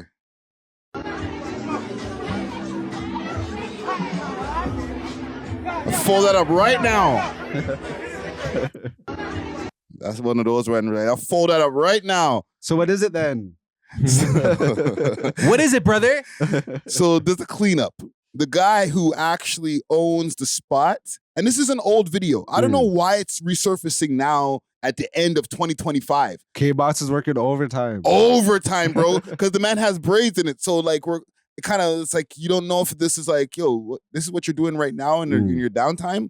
No, fam, this is 2023. But like people should know that Drake's isn't in Turks right. He just brought out Vibes Cartel. So he could have flew out to Turks like the next day. Who knows? I guess. Fam, when I first saw the video, I thought it was recent. Really? I don't know. I could Yes. just tell it was old. I don't know why. It just didn't feel like hot off the press, you know? And then have a different braid up. Okay, so Shisha Lounge owner calls in to explain viral Drake altercation in Turks and Caicos. And salute to Angela Yee. This is over on her show. About this video, me and B-Dot saw that's been circulating of Drake. It said that he was mad that his table was given away. Yeah, I don't know what happened, but over the weekend, I've been getting so much calls about this video that is circulating of a situation with Drake, but Damn there's K-Barbs. nothing to it. There's nothing to it. You know, in 2023, I think it was the 9th of December, it was Drake's first time to Shisha, and to be honest, I think it was more of a prank, you know. I consider Drake the ambassador to Turks and Caicos. Ambassador. And even for the 3 years that he wasn't coming to Shisha, thanks to him, everybody from America was coming to Turks. Didn't you just say that? Because of him. Yeah. Mm-hmm. And, you know, we had a little bit of a misunderstanding, you know, thanks to, you know, his people, Chubbs and CJ. Like, these guys had been my brothers for the 3 years that I was open before I even met Drake. But it was, that weekend was the first time I met Drake. And, you know, we were able to chop it up a couple of days later. And ever since then, that man has been doing nothing more than promoting Shisha and sending all his people to Shisha Lounge. Okay, so this is an old video, just to clarify, from Yo, I thought of something. Talk to me. If you want Drake to put on We Love Hip Hop, open a Shisha Lounge. You'll be there every night. Y'all remember Habibi's, bro? Yeah. Remember Drake's Habibi's cosign? Yeah. The old Habibi's, not even the new one. Yeah. It's a That's actually Habibi's thing, you classic know. spot. He put Habibis on the map. Brother. The Kennedy one? Yeah. Yeah. Holy, bro. I used to hate Shisha, dog. But you'd have to go there. You Like, have to go He there. kind of he partially made Shisha cool too. Drake? Yeah. kind of. I mean, Arabs, like, we've been doing it, but like that's It's- when I started seeing more other, like, He non-Arabs. commercialized Cool. it. Yeah, he commercialized it. Because Shisha's not cool. Like, a lot of y'all them say, like, oh, the man them that smoke Shisha are like fancy type man. Yeah, like guys who Yeah. do their nails type shit. Yeah, like, it's yeah, like or not sassy masculine. mans. Yeah. And okay, quick question before we get off of this topic, because it's not a topic, it's 2023. Why does it back up here?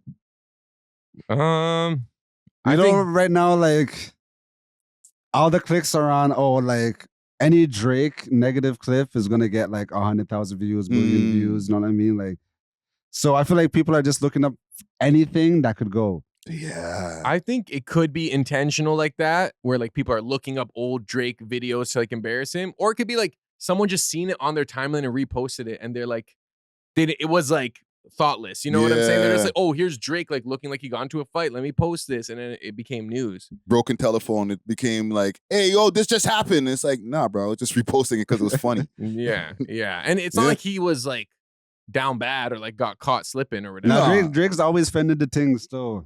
Yo, Once the finger comes out, pause, Yeah. it's serious. Fam, gotta keep in mind also, last thing on this, because I don't want to make this a super long topic. The man take no L's, eh? On road, they take no L's. Oh my god, you're glazing. I'm just speaking facts, bro.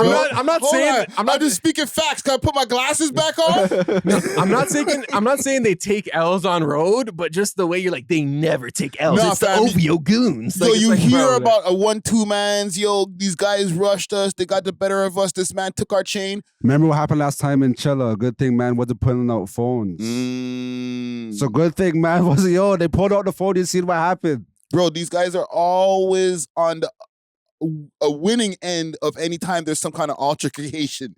Physically. Yes. You know what? Even if like I agree with you, like you just sound like you're glazed and like why? Because like I'm speaking they facts, can never man. take an L on road. Like it's like, bro, like Well, what if they have, bro? Like Drake has taken L's like pre. Yeah, Like, man dropped his shade and stuff. Back in the days, but since that time, bro, no more, bro. you're like not since Chubbs entered the picture. Like, bro, like, why, like, come on. No, man. I'm just saying. And he got robbed on his own soil, No, that's true. on Canadian soil. This man has been freaking moving around all over America, state to state, cribs all over the place. That's true. Nobody's touching none of them Canadian boys, What's bro. the next bar? Chubbs has a side bag. You don't want to see him reach inside. Fam. For somebody who's a quote unquote Kendrick fan, you know a lot of Drake Yo, lyrics. I say, I'm a Drake fan too, but man, you know. Okay. Bro, okay, like I don't want to bring up old news, bro. Talk to me. But didn't the man piss on Drake? Oh shit. Yo, it's a this nigga Twilight gotta bring Zone. up old shit, It's a man. Twilight No, Zone. I'm only saying that because like they never take L's. Like you were just so like certain about that. And I'm not saying like, yo, people take L's in life. That's just part of life. You can't spell life without No, an that's L. that's Okay, the L's. context, please. Because people are just gonna take that and be like, so what, mans are just pissing on Drake? Like, for the people who never heard the story, it was T.I.'s cousin, R.I.P. to that gentleman. He was super drunk in a movie theater. He started peeing in some weird space, and some of the pee came down, I guess, the movie theater, and it got on Drake. Yes, it wasn't like a man just turned around and saw Drake and just started peeing on him. I don't think that's bro. That's still just as bad, fam. No, That's still it's just as different, bad. fam. Say His pee got on him. Nah, say I'm pissing in that corner. You're standing over there. And you know how the pee becomes like a river? Mm-hmm. Like, what if that river ends up touching your kicks? Like, You're like, Bretchin, it's what are you different than like fucking peeing doing? on someone's leg. You know what I'm Yeah. saying? I thought he peed on his leg No, and he just allowed it it. wasn't like that, bro. T.I. told the story like I think a couple of times now because people keep on, they asked him about that, but like it wasn't like the man turned around and said Drake, and So just what- let it off. What was bro. the Diddy altercation? Oh, that did happen. But that wasn't an L. That was a no. Oh, he broke his arm, but Yeah, Diddy did he- didn't break his arm. Like he fell. Yo, I know it's too much about these man's altercations. Diddy swung on him, and I think he missed. And then when Drake, from dodging the thing, he fell and freaking broke his arm. Yo, that sounds like the story you tell when you pull up back to the block. Your eyes messed up. Yeah. Your Some of the shirt. Yo, dog. Yo, you see the other guy, bro? He tried to swing on me and he missed. But because I fell, my arm broke. But yo, the other guy, bro. You see the other guy. Yeah. And yo, man, That is, I guess, a quarter L. it's okay to take L's. L's are lessons. You know what I'm saying? We've all taken We've L's. all taken L's. I just don't like that you're like, they never take L's. Like, I had to call you out, bro. Maybe that you might be right, you know. But it was just like the certainty, and I'm like, they already hate us, bro. Like we don't gotta glaze. We don't gotta glaze anymore, bro. It's done. It's done. That door has closed fully. I'll be the first person to tell you that. Like, that is never happening. Like we might have to start rocking with XO because OVO is done, fam. Yo, Abel, what you saying, bro? No, we just have to get super ups, though. It's almost there. It's happening, bro. I cannot see one happening. person from OVO like being like allowed to pull up here. Give you a paper bag, bro. But nah, like it's getting to the point where like we're also gonna go, fam. There's probably like 3 spots where like I'd recommend them to go. And like, listen, there ain't no other place that got 19 million views on it, so I don't know. Fam, Fuck, yeah, go. you know where they could go? Drake's story. You know what I'm saying? Like, just be posted on his story every day, talking. They could prop up. They can get Bobby Althoff. Who's that girl that did it with Smiley, Micah, whatever her name is? Okay, listen. No, you can't, I'm not bro. trying to have They a can, rant today, and they will. And you're doing things, and you're saying Triggering. words and names that are triggering me, DJs. Talk about it. No, speak your truth. No more. I've spoken my truth enough for 2025. right, we'll talk about 5-hour episode. Niggas will they're gonna be like, again, my face on the thumbnail, you yelling, we're coming into your house, bro. Nah, like, this guy turned OVO into like a mythological like group. It's like they've never taken an L I was since trying to their big up the inception. man, then, bro. You want to put me off the edge and have these guys want to beat the shit out of me again, bro. Crazy. Or I won't say again because nobody's ever tried to threaten me. Oh, Hey, yeah, not right, just right, you, right, all right. of us. Right? The man them have to be outside, all right? Right? Yes. Those guys biggest, baddest gangsters in the city, bro. Jeez. All right. It's like there's like a gun to your head, bro. Like I don't like when you be sounding. I don't know why. It just rubs me the wrong way. Like they could be the biggest gangsters, but the way you're saying it just seems like it's not. It's out of that sounds place. crazy. The biggest. Boddest. Biggest boddest. Okay, let's move on. Speaking of biggest and boddest gangsters. Top 5 versus 6ix9ine. I don't even care about this, bro. It is hilarious. That's how we reacted to this. Did we react Yeah, to but this? something else happened, bro. Oh, I don't continues. know. The saga lore continues. Yeah. What? That's what they saying. That's what they saying. You don't like him? No, they say. Oh my God, I'm involved in. I brought one of his ops on stream and then he violated me. He said he's gonna family and shit. You should have bought him a new neck. Yo, Top 5, yo, hear me out. Yo, so Top 5. Top 5, I love you, Yo, bro. Top 5, hold on. Yo, Top 5. Yo, you see everybody, hold on. Let me talk. Everybody know you for no head now. Now you the Frankenstein. You the Frankenstein of your country. Yo, this should give you nightmares, right? Yeah. Come on, let's all be friends. This should give you nightmares? Let's all be friends. This should give you... Yo, come on, bro. Yo. This should give you Let's all be nightmares. friends, bro. Let's all be friends. So, Yo, Top 5's response. The man doing jump scares with the knife is hilarious, though, bro. Yo, 6ix9ine is one of the most entertaining people out there. So he gave some money, he being Top 5, to a guy named Treyway. I don't know if this is actually Shoddy that he gave some money to, but I think he sent him $1,000 to his commissary. Right? So I don't know. That's his response. Yo, 5.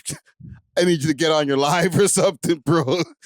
I think that'd be Holy such a shit. good IG live, and I think like I don't think it's personal between them. You know, It's not. I feel like they're both trolling, so it's kind of like I don't know Because it's not entertaining. personal, like, 5, I need you to turn it up, bro. Turn up, bro. Like, we're in Toronto, like, they're looking at us like, is that your king? You know what I mean? Yeah. Like, this is supposed to be like King Kong versus Godzilla of trolling. You know what I mean? Yeah, you're right. It's like when it first started going, I was like, okay, this is like maybe the spark that could get Top 5 like back on the headlines. Top pause, you know what I live. mean? Like, Top live. You know what it is? Like, I think it's like Top 5 has exhausted everything he can say about 6ix9ine.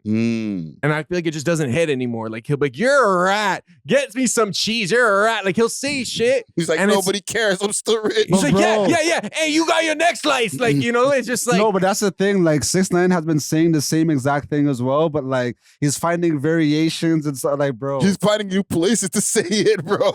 You know, Neon. Did he FaceTime him off of Neon's phone? First of all, yo, Neon, you're backdooring, man's one. Like every time you're on streaming, man's, you're backdooring the next man, which is crazy. Involving ops. But, Neon's the link. Yo, 6ix9ine, yo, that's hilarious, fam. You get the drive-by FaceTime, and then mans are doing the jump scare with the kitchen knife. Like, bro, that's kind of like. I gotta say, like, as far as just to be honest, for real, man, as far as like a response to the way that 6ix9ine's just been like going, I don't know, bro, running circles around you, like just sending $1,000 to one of the Treyway guys. It's not enough. That don't make it, Bridget. Then only a band, like, yeah. He did what was the roadie challenge? The band. He just did the band challenge. Don't send him shit like that. He don't even like them, bro. You're sending some money to, like, if you're gonna send it to like Sarah Molina, his baby mama. Yeah, like do a live stream with her or something. Like do something like, you know, like go crazy. Like, Why do we gotta be over here podcasting, coming up with Top 5's ideas, bro? Like, yo, he's supposed to be the troll king. And listen to go. No, I was gonna say like this is their best troll. Top 5 is our best troll. They don't even understand like the lore of Top 5 IG lives from back in the day. Like I'm like, yo, trust me, he's one of our best roasters. Like you can't beat this guy, you know. So we need him to step up. At the end of the day, it's not personal, and it's honestly good for Top 5. Like, kind of like run with it. Be like, yeah, like I'm Frankenstein. Like what? Like, you know, engage, bro. Get on a stream, get on your own stream, and then make sure 6ix9ine gets on your stream. You know what I mean? And then have the clash of the titans, bro. 1 hour, you guys arguing. I'll tell you guys some BTS I'll bring over here. I told him, bro, either get in a room with this guy or get on 2 screens and start yelling at this motherfucker. They can't get in the room still. It's part of this whole ratting thing, bro. They can't get it only because like the way that they troll, it's not gonna like it's gonna escalate too soon. You know what I mean? Like they're violating still. Like yeah, mans can't pull out a knife and start saying ooh like bro like that kind of trolling can't happen face to face. They have to keep it like when Soulja Boy would like yell in the phone. Yeah. They just have to keep it that like at that extent. You know what I mean? We'll like, figure it out, and we need to see it, man. We need the entertainment, and y'all can make bare money off of it. It will get clipped. Like right now, 6ix9ine is trolling all these guys, Young Thug, Top 5, and like he's banking off of it. He's doing Vlad interviews, getting on everyone's stream, licking up in Neon and all these mans, and like, and not only that, he's making the mans he's trolling look bad. Like, yes, and he's running up their names in the SEO. Like he knows, and the people around him who are interviewing him, they all know these different names have SEO value. Exactly. Like Trappler Ross. Okay, Top 5. Pressa, bring them up, bring my video up. But he's just out there just spanking all. Listen, with all due respect, he's out here verbally or virtually spanking y'all. This is content chess. Yes. And like a lot of these Toronto content creators, I say, are lazy. They're not innovative. They're not inventive. They're not trying to like think outside the box. You know what I mean? Yeah. Like, oh, let me send a band to a random Instagram account called Treyway. Let me just hope this is the guy. Yeah, and I don't violate him. I don't feel like 6ix9ine saw this. He's like, he sent him a band. Like, oh man, that hurts. He's like, a band? Like, that's it? That's all you got? Like, I can already hear what his response can be like. Yo, you're broke. He said the band, Vlad. All facts. Yeah. He was like, yo, you know what? I'm about to send him 10 bands just because. Shit like that, bro. Just because. Like, I just feel like you were saying before, like, the guy who's supposed to be the troll guy, if we were to brag about him, like, nah, bro, he funny. He just like, he kind of just sitting down, bro. And like, we're just seeing this Godzilla just running around crushing the city, bro. Do you feel like because Top 5 is one of the more visible Toronto rappers or content creators, he has a responsibility to kind of like hold us down as a collective, or does he just speak for him as an individual? If you're just doing it for yourself, it gonna help us anyway, because we gonna talk about it. Fight back, bro. Get up. Get up. I will shoot Top 5 some bail in the sense of like, with 6ix9ine, it's a little easier because like, he could go to Miami, he could go to New York, LA, he could go to all these different states. Every state has their own popping content creators and streamers. Like where could Top 5 go? You know what I mean? That could like, you know what I mean? Push narratives and like get it cracking. All he could do is call act. You know what I mean? Like he can't even go to the Scotiabank Arena in his own city. If he follows We Love Hip Hop, you can turn it up. You know what I mean? And actually fight back on these West Coast, these New York, these guys are all bozos, fam. You can't have these bozos try to steamroll us, dog. Like Whack 100 and all these lame, bro. What the hell, dog? Yo, Vlad is on his second 6ix9ine interview. You know what I mean? Right? These mans are they're so caught up on what Americans are on that they'll bypass anything that's going on here and be like, yo, I can't wait. I'll go to an American platform. That's when I'll get my shit off. If you utilize what you have at home, you can get your shit off every 2 weeks if you wanted to. You know what I mean? Every day. Yeah. Don't go on like Akaz and Tapped In with Friday and stuff. Like, dude, people still see it. The platform is viewed. You know what I mean? Like, also, even when Nussy is saying things about Vibes Cartel, the Jamaican vlogs are picking it up. Mans are DMing me and stuff. Like, yeah, your point will still get made if you come over here. You know what I mean? Toronto is still a major city, dog. Yeah. The most major city in Canada, fam. Hey, the opportunity's there, man. They just got to take it. We have to treat our city like it is major. Oh, shit, man. These guys are Hollywood, bro. What they say, that white ice is colder is the expression, that American ice is colder for these guys. You know what I'm saying? But listen, salute to Top 5. And again, salute to 6ix9ine. We'll see. We'll keep you guys updated. Just a couple of music things that are going on here. I want to just talk quickly about the Century GGG track that just dropped. I don't know if I want to we're going into some deep territories over here. Because he's currently serving a life sentence. Right? It's his Century GGG and GGG Lil Threat. If it's serving a life sentence, might as well get the tracks out. Yeah. You know? I'll just play a little bit of it just to... We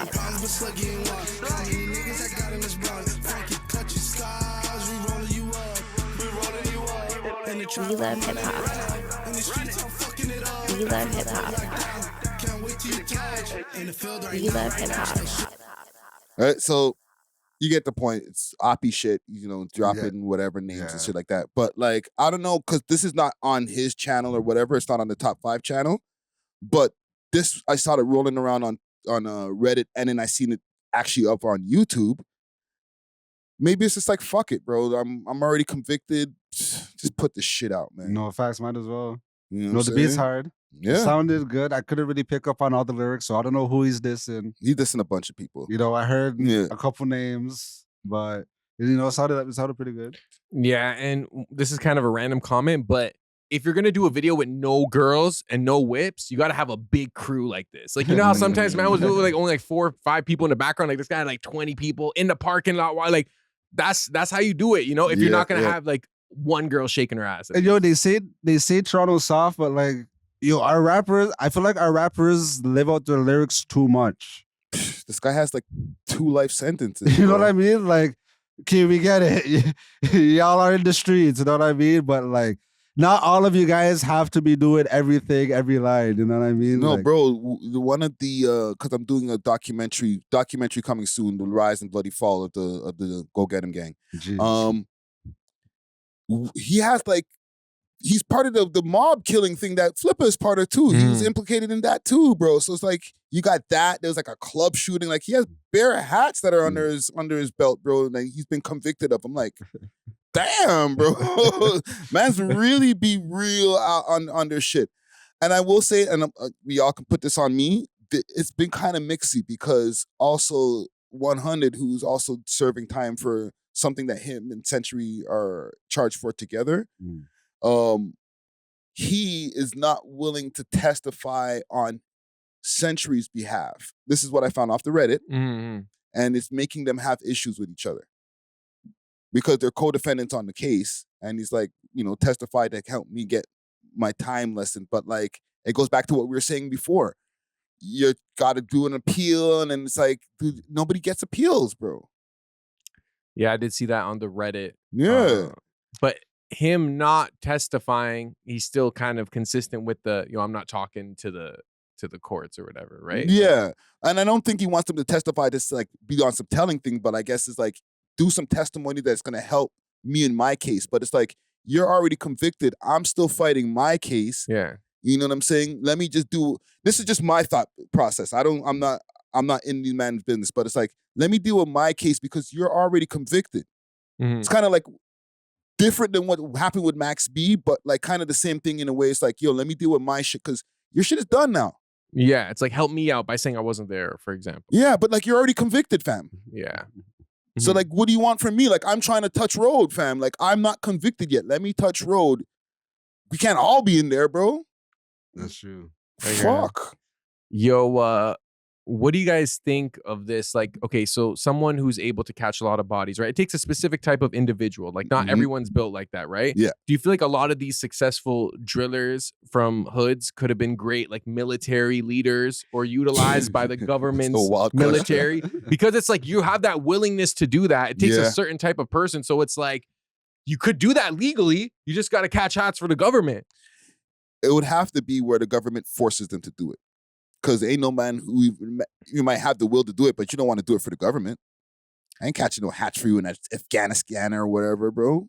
I hear that. You have to create that like pride, like the same way these guys have pride over their blocks or where they're from or their gang. Like, they got to have that for their country because it's like, you have a skill that can be utilized in a sense. A little bit, because I would say maybe the mentality to do it, but like a lot of them, they're not doing like actual combat in the sense of like it's equal playing field. Like, enough of the times, like, they're trying to backdoor their ops, they're doing drive-bys, they're getting the drops, like they're sneaking up on mans, like pure sneak attacks, you know what I mean? So I don't think they'll be down to like actually like, okay, you guys have straps, we have straps, and like we're actually going to war. You know? I think some of them love that. Not really. Because again, the Reddit, I saw something on the Reddit where there was a shootout, and the shootout looked horrible. And the person who was on the bad end of the shootout, it looked gruesome, like what happened to them. But like these guys were running around a car trying to shoot at each other, and I'm like, you guys. Also, like, you know those Star Wars.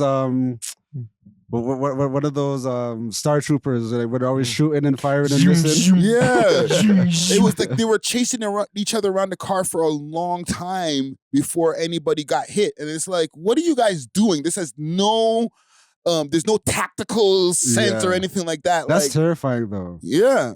But it's like, bro, you're only tough when the person don't have the gun on the other side. Yeah. I hear that, but I think a lot of these guys, in a way, have maybe like a warrior spirit where maybe they're happiest or like they're most functional when they're in like some sort of combat or conflict, you know, which is why they always engage in these like battles with other hoods and ops and stuff. It's like they need it. It almost gives them purpose, right? So if you repurpose, let's call it their gift, you know what I'm saying, to military means. Some of the greatest leaders of all time were military dudes. Yeah. It just happened to be that like they were indoctrinated at an early age, fought in a couple wars, and then led people to like greatness through violence. Yeah. Before we get off music, can I pick up one track real quick? Yeah, for sure. Shout out to Mir. Okay. Know what I mean? My dogs. He has that Somebody Loves Me remix. Oh, yeah. Going super viral, broski. What's the guy's name Didn't again? he comment? His IG is clear to me, and I think that was one of his best. Don't put that on him. That was one of the fans commenting because they want to hear the tune. So this is your dog? My dusty bag. Yeah. Oh, this guy. Yeah, that's my boy. Yeah, right, I read. Side. Yo, Eastside, stand up, man. Oh, in the video? Jeez. Mud. Yeah. I have to do my scar, my East Side due diligence. I could have let another episode pass. No, that's a good one right there. No. Salute to that tune right there too, man. We got to tap in with homeboy, bring him onto the show, man. Like, I can holler at him so if you want. Yeah. Let's do it, man. Let's get him in here one of these weeks soon here. Also, I wanted to just give you guys, y'all know B-Rob. You've heard of B-Rob? Yep. I have not. Yo, fam. Really? His shit is fire, bro. Yeah. He did a show out here, and the show actually went mad. Yeah. Shout out to Bubba from Managiales, because I think he either I'm not sure if it's like a manager type thing, but he works with him very closely, super closely. Big up Managiales sound, because I heard of this artist through Managiales. Mm-hmm. And I did one promo post for him, like I think last year sometime, right?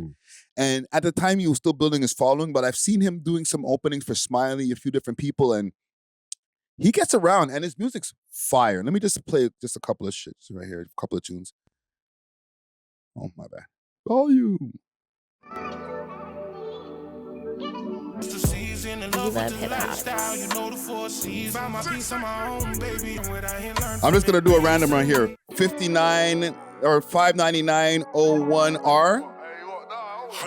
Oh, Heady One's on this, eh? We love hip-hop.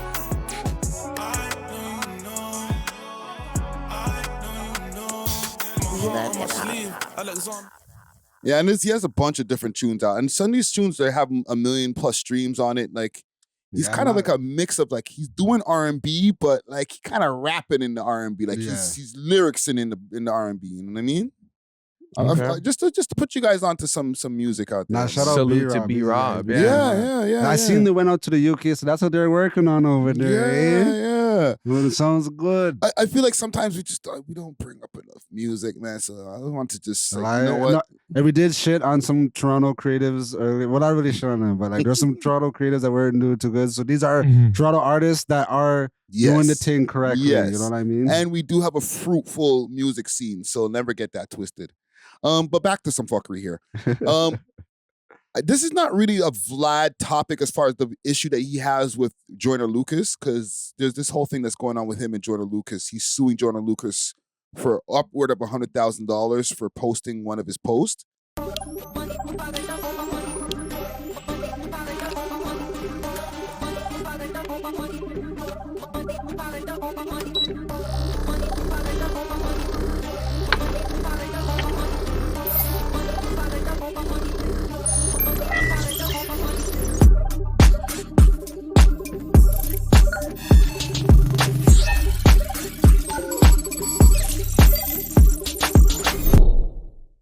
And the way he posted it, He posted it with the VladTV like logo kind of cut off.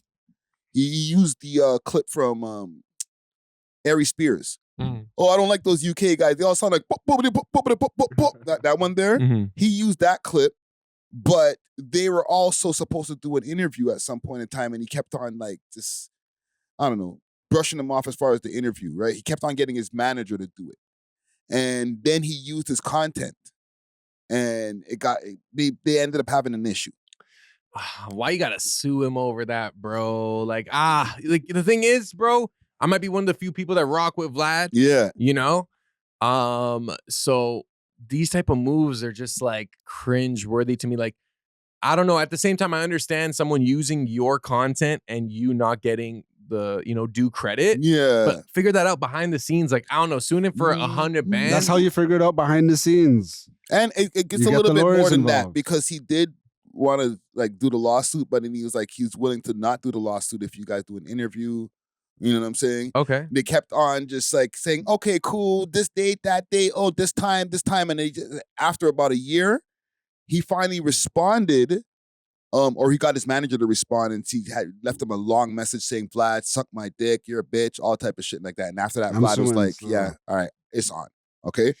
Now, my question is not on the Joyner Lucas thing. Okay? Vlad is Jewish, right? Yeah.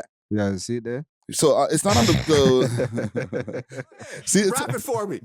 No, put your phone down. Put your damn phone down. And I'm just playing this just for jokes. Rap just your a shit favorite to Joyner giggle. Lucas song right now. There's a gun to your head. 16 bars and it blowing your head off. I'm over. You're dead. It's over. Shout out to Joyner Lucas out there. Okay, so I'm just playing that just for the. I couldn't do it still. Okay, so my question is though, doesn't he have a Will Smith track? Well, like I'm well. He does, and he has a track with Eminem. Right? Yeah, does he have like a gay track as well? Like, if I was gay, I wouldn't be born this way, but I was looking. Who, Joyner? Yeah. Yeah, Joyner has a lot of when he's weird like talking tracks. to the Republican and they're like rapping back and forth. Yeah. Rod Nelson has a track like that too. Yeah, salute to Rod Nelson. Your boy. But okay, the thing is with this whole thing with Vlad and the back and forth, when I posted it, people jumped in the comments right away.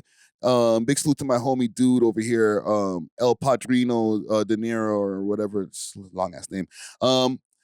Name one Vlad mixtape, right? Underground mixtape are right away. Nah, this is cap. One track, Vlad dead wrong. And I understand the situation itself, but everybody was anti-Vlad in our Toronto comment section. Why does Toronto not rock with Vlad? I mean, I could think of a few reasons, and I think it's probably not just Toronto. It's why a lot of people don't rock with Vlad. Okay. There's the culture vulture element. Okay, here's this non-black dude making money off, black culture and like black issues too, like making people beef and stuff. Then there's the element. Sure. Okay, keep going. Oh, he's feds, he's FBI. Some people do have anti-Semitic sentiments towards Vlad. Why else? I don't know. Maybe if people feel like he's not accomplished in other like avenues to like have such a voice. I don't know. Like I think a lot of people mostly see him as like a culture vulture who maybe takes advantage of artists for his own like monetary gain, Yeah, and before you go natural, just look at this comment here. This guy says, Vlad a bad with mad A's, bad cornball. People don't like him. They like people, they like the people he interviews, period. It's like, nigga. I feel like because we're in the content space, like we give a lot more grace to creators. You know what I mean? But like, okay, Vlad might have like a core support group. Right. But let's say even 1 million. Like, there's like billions of people in this world. You know what I mean? So like, okay, just because 1 million people rock with you, like there's still millions and millions of people, like for the reasons that Zara stated, that don't rock with Vlad. Like, yeah, they might watch a 1-2 interview if you're interviewing somebody I'm interested in, but in the general sense, yeah, I don't rock with him. Wow. Me, I rock with academics, but anytime Shade Room posts, anytime a platform outside of academics posts, bro, dog, the comments is crazy. Like, they don't rock with him. Us in our, our chat nigga ecosystem, we rock with him. But right. as soon as you step outside of that, like, bubble? Yeah, as soon as you step outside that bubble, it's just like, oh damn, like they don't like him out here. like it's pitchforks. Whoa, shit. They call them nasty things out here. You know what I once you mean? go over to those other pages. Me personally, I fuck with Vlad. I've been inspired by his business model, his work ethic. I think Vlad, I don't think he locks up people as somebody who's been accused of doing the same thing or causing negativity and stuff like that. I get it. You know what I'm saying? But it's like, I just don't understand, man, because the people who don't fuck with Vlad, everybody's watched some of his content. So it's not like if you don't fuck with him, you're not helping him to not exist. He got like 5 million subs plus. Yeah, and he makes good content. Like, whether you want to hate on him or not all of his videos are crazy or whatever, but like he has had important interviews within the culture. Yeah. Like, you know, to an extent, and he's put on a lot of people and he's consistent, like that business model you were talking about. But I like what Natural was saying, there's going to be way more people that hate you, you know, but the people who rock with you, you're not even going to know in certain areas. Yeah, but this is what I'm trying to say. Like, do they really hate him? They're saying it in the comments, but they'll go consume some Vlad content, not like from somebody else's page, because Vlad ain't going to let that happen for more than a minute. So you got to watch it at his page, on his page. So no matter how he's disseminating the content, because he'll put it out in clips, because not everybody, I guess he knows, not everybody likes him. So they're not going to sit and watch half an hour clips or interviews of him. But somebody who's commented on a Vlad thing saying he's a culture vulture has sat and watched Soldier Boy or, I don't know, somebody who they fuck with. They had to go and watch it. That person's going and doing an interview somewhere else too, bro. Yeah, I think Vlad is an easy target, especially when you're talking about like the online performative virtue signaling. Like, we don't rock with this guy. He's like an easy villain. It's like he's heel in some ways. And Adam 22 kind of faces similar criticisms, but his is amplified by his wife. And he's doing a lot to that shit to himself. Vlad is just making content. And to defend Vlad, I don't want to be a Vlad Glazer. He never put nobody in jail. The people who they say he put in jail, they're like, nah, he didn't. Like A.R.Ab, he was like, nah. How about Kofi D? Nah, it was his book. But they did cite the interview as like, that's kind of what helped reopen the case, no? He went and then recited his book. His journalism assisted in getting someone arrested. I guess you can say that indirectly. But he's also talked on camera about the cops wanting to see certain things, and he refused them multiple times. Yeah. I don't even think it's so deep. I just think that like there are people that see certain headlines and then, all right, that is how I feel about this person moving forward. You know what I mean? Like, because a lot of people, they don't take the time to actually like, oh, let me see if Vlad is actually like a good guy and not getting people locked up. It's like, oh, this is the narrative. All right, that's what it is. Bro, he's putting money into people's pockets on a regular basis. Black men. You know? Look how much money he's put into Boosie's pockets just from doing appearances. Ari Spears, who, you know, because sometimes at one point wasn't even really getting that much love. But it also depends on how you want to look at it. Because the whole 10 mans would be like, oh, you're putting money in the degenerate black men to push degeneracy upon the black community. That's not true. Godfrey, even though they don't fuck with each other anymore, he put Godfrey onto my radar, and I think Godfrey's amazing and educational. Lord Jamar. Yeah. He like, okay, that's a good point. You know, for my generation who was like a little bit after Grand Puma and stuff, like that's how I learned about Lord Jamar. And then like, you know? Yeah. So. And he's paying them for their appearances on top of that now. But okay, here's the thing, and this is the only issue I have with the situation. How much does Vlad expect to make from this like Joyner Lucas snippet? Like, to sue for 100 bands, like, aren't you already super rich already? Like, I feel like the cooler move would have been to be like, all right, whatever, you can have that, bro. I don't even need it. But like, I can understand the principal aspect of it, but how much, when is it enough? Like, when are you like, it's almost like you're pinching pennies. Like, you're like, oh, like, you're going to use my song or like my interview in your song and you don't want to do my interview? All right, $100,000, we're taking you to court. It's kind of like, it would have been way more P if you were just like, bro, like, you know what, bro? You want to act like that? Bro, just keep it. I don't even need the money, bro. Hey, you're still violating his content. But like, you're good, bro. It's like, no, Joyner Lucas, fam. Like, who cares? Yeah, but if that he it's not how good is good. Like, okay, like like So if he had $1 multi-millions. million, he could have said he was good then, but then like, okay, well, I want my 50, and then like, I have 50, but now I want 100. Or like, That's how you stay good. or like, or he might even just want to like, just like set the precedent type thing. Like, yo, even with Art of Dialogue, like when they were beefing, because Art of Dialogue was kind of like taking Vlad's style. Like, yeah, the thumbnails. Yeah, Vlad was threatening to sue him crazy. Like, I had to kind of like mend it because like it got there, you know? Like, yeah, like at least just put something on a thumbnail so that people don't mistake it for a VladTV thing, because you're literally doing it so people will think it's a VladTV interview. And I like, hear that. You're literally taking money out my pocket. And like I said, we know what he is. Like, they don't like that, oh, you're taking money out my pocket thing. They'd rather be giving you the money and then they get a return. Sound effect. Sound effect for the things that weren't said. No, that was really said. But okay, like I can kind of hear that argument and like setting precedent, but I just think Joyner Lucas sampling a VladTV interview is not like a threat to Vlad's He didn't sample the interview. He just posted on Twitter. And he's suing it for that? Yes. That's even worse.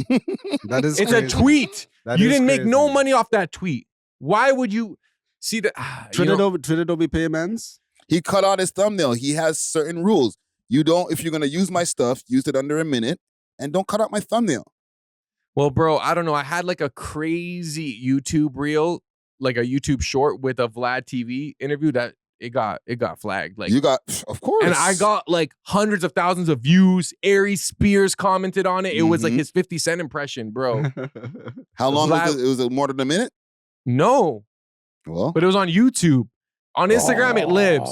On YouTube, bro, like within 20, and I'm seeing it blow up. I'm like, holy shoot, it's been a day, 280,000. Like, I'm making some money off But this. because, okay, think about this. Like, he allows you, think about how many views there are in the world. Yeah. Trying to reuse Vlad clips to get hundreds and thousands of views on their page. It's like, no. But I'm crediting it, like, you know, the Andrew Tate model you were talking about? Yeah. Like, allow me, you know what I'm saying? Like, I'm helping you promote. I'm promoting Aries Spears. I'm promoting your channel. Yeah. You can even split the revenue with the me. Andrew Tate model that works. Yeah, do that on Instagram and TikTok. And them type of thing there. Not on his YouTube, bread and butter. That's where his- I live. Yeah. YouTube is Vlad's home still. Like, yeah. That's like you coming into my storefront and then like you're setting up your booth and stuff. Like, hold on, brother. Yeah, and the algorithms are much stronger. They'll catch that shit way faster than like because of the what do you call it, the fair use rules on YouTube in comparison to some other platforms.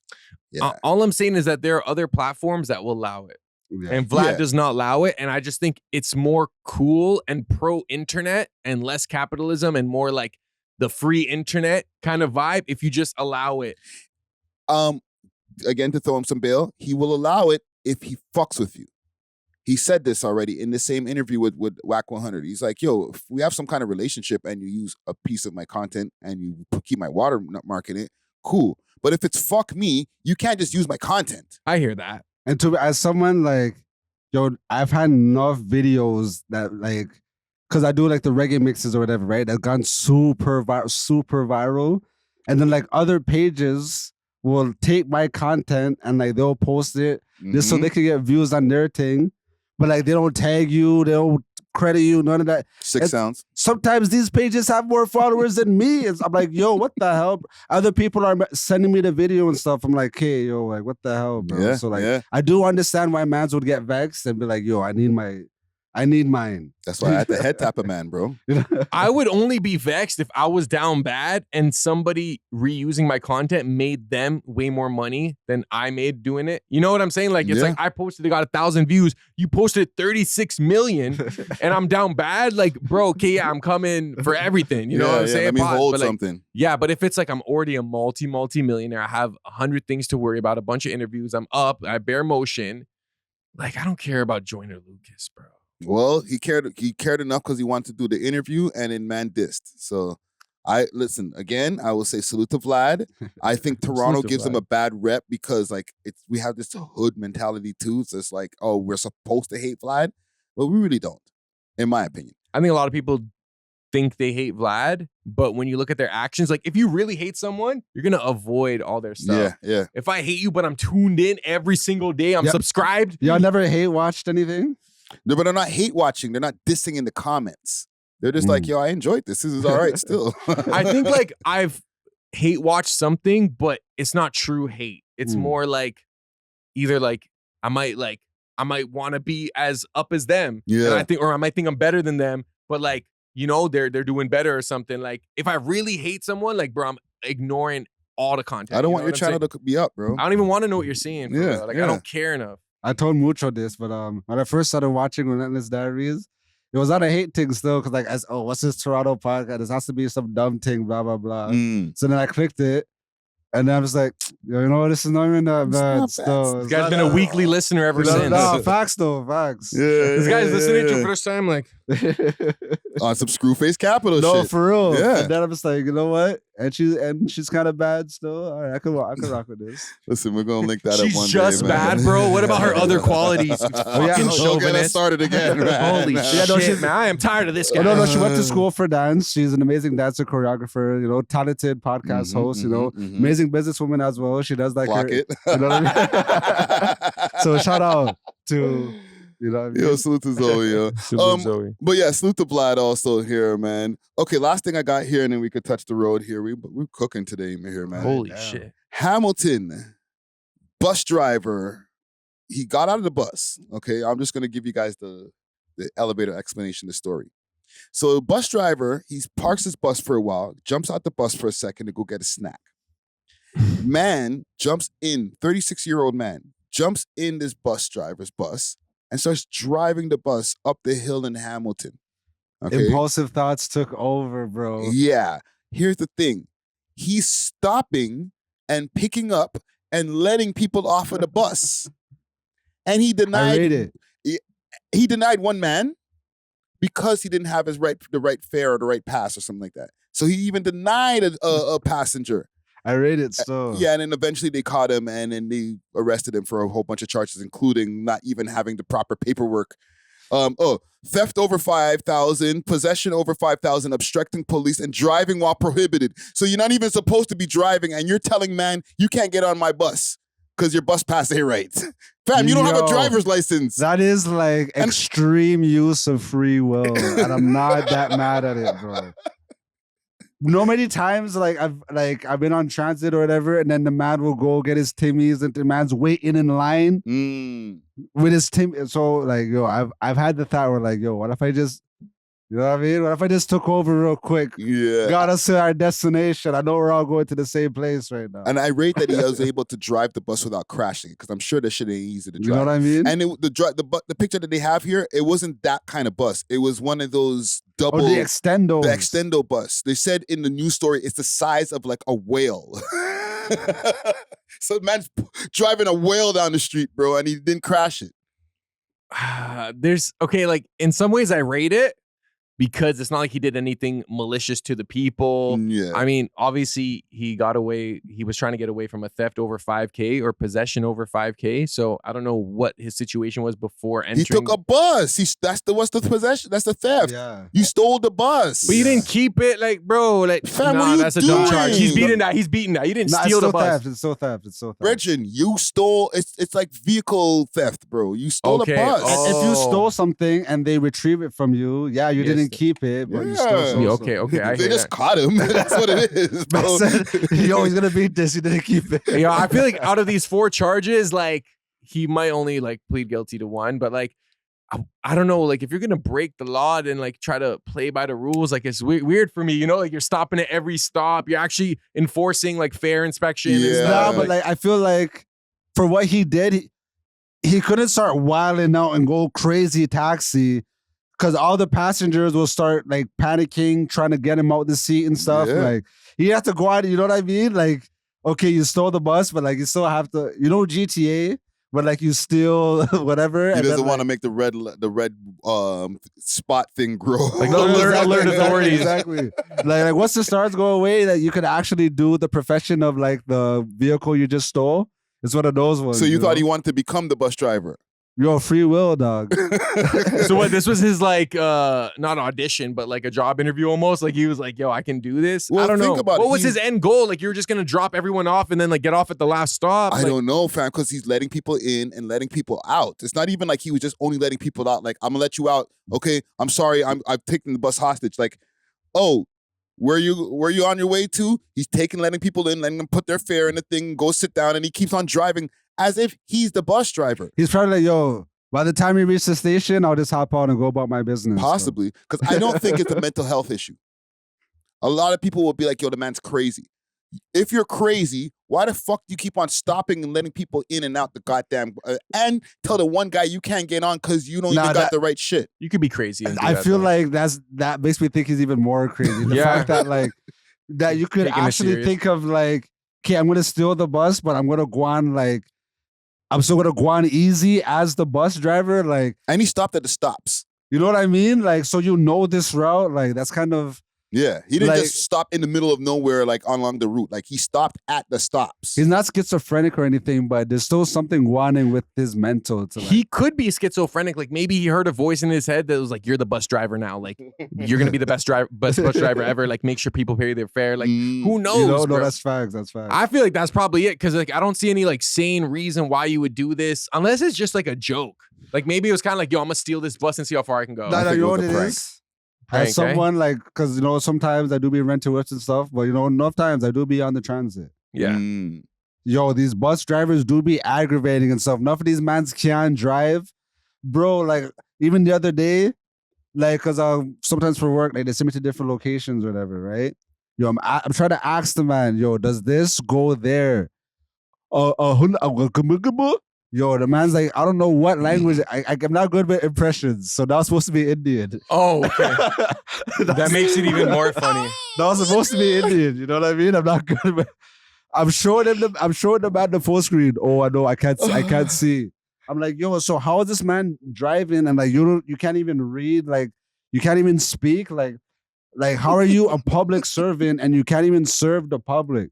So I feel like the man sees the opportunity, like, yo, the man evacuated the bus. Like, let me just go and get the people where they need to be on time for once. He's like that movie Fallen, where he just took everything into his own hands and just crashed out, bro. Yo, you know what I will add to that? I feel like the TTC has gotten worse over the years. Like, from like the service personnel to the drivers.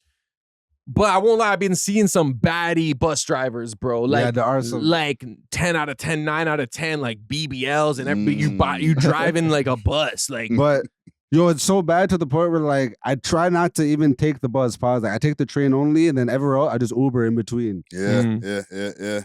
Well, listen, man. I don't know. There's nobody to salute in this situation because I'm not gonna salute the cops. Not salute broski that took that extreme use of free will. A lot of us are living, bro. We're on Earth. Paying imaginary taxes and all this crazy, all this stupid shit, you know what I mean? He took life into his own hands right there. This guy said, who said you can't steal a bus? Like, this guy's like, the limits are endless. Tomorrow's gonna be Superman, bro. Just don't try to jump off the side of the building, bro. Imagine if we all decided, like, one day, just like, okay, we're gonna do something each day that, like, is just outside of the norm, you know what I mean? Like, do they have to be crimes? It doesn't even have to be crimes. Okay. Like, that wasn't a crime until he got caught. He was just driving a bus, bro. Without a license. I was just doing my job.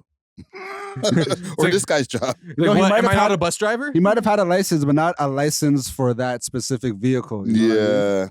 That'd be bright if he didn't have the actual license. But yeah, man, salute to nobody here. Let me play some stuff for the road. I think we got it here. We're like a nice 2.5 hour episode here. Mod. Let me see what we got from Max B, man. Welcome home, Max B. We love hip-hop. If you enjoyed this video, please make sure to check out these other videos on the screen and make sure to like and subscribe. We love hip-hop.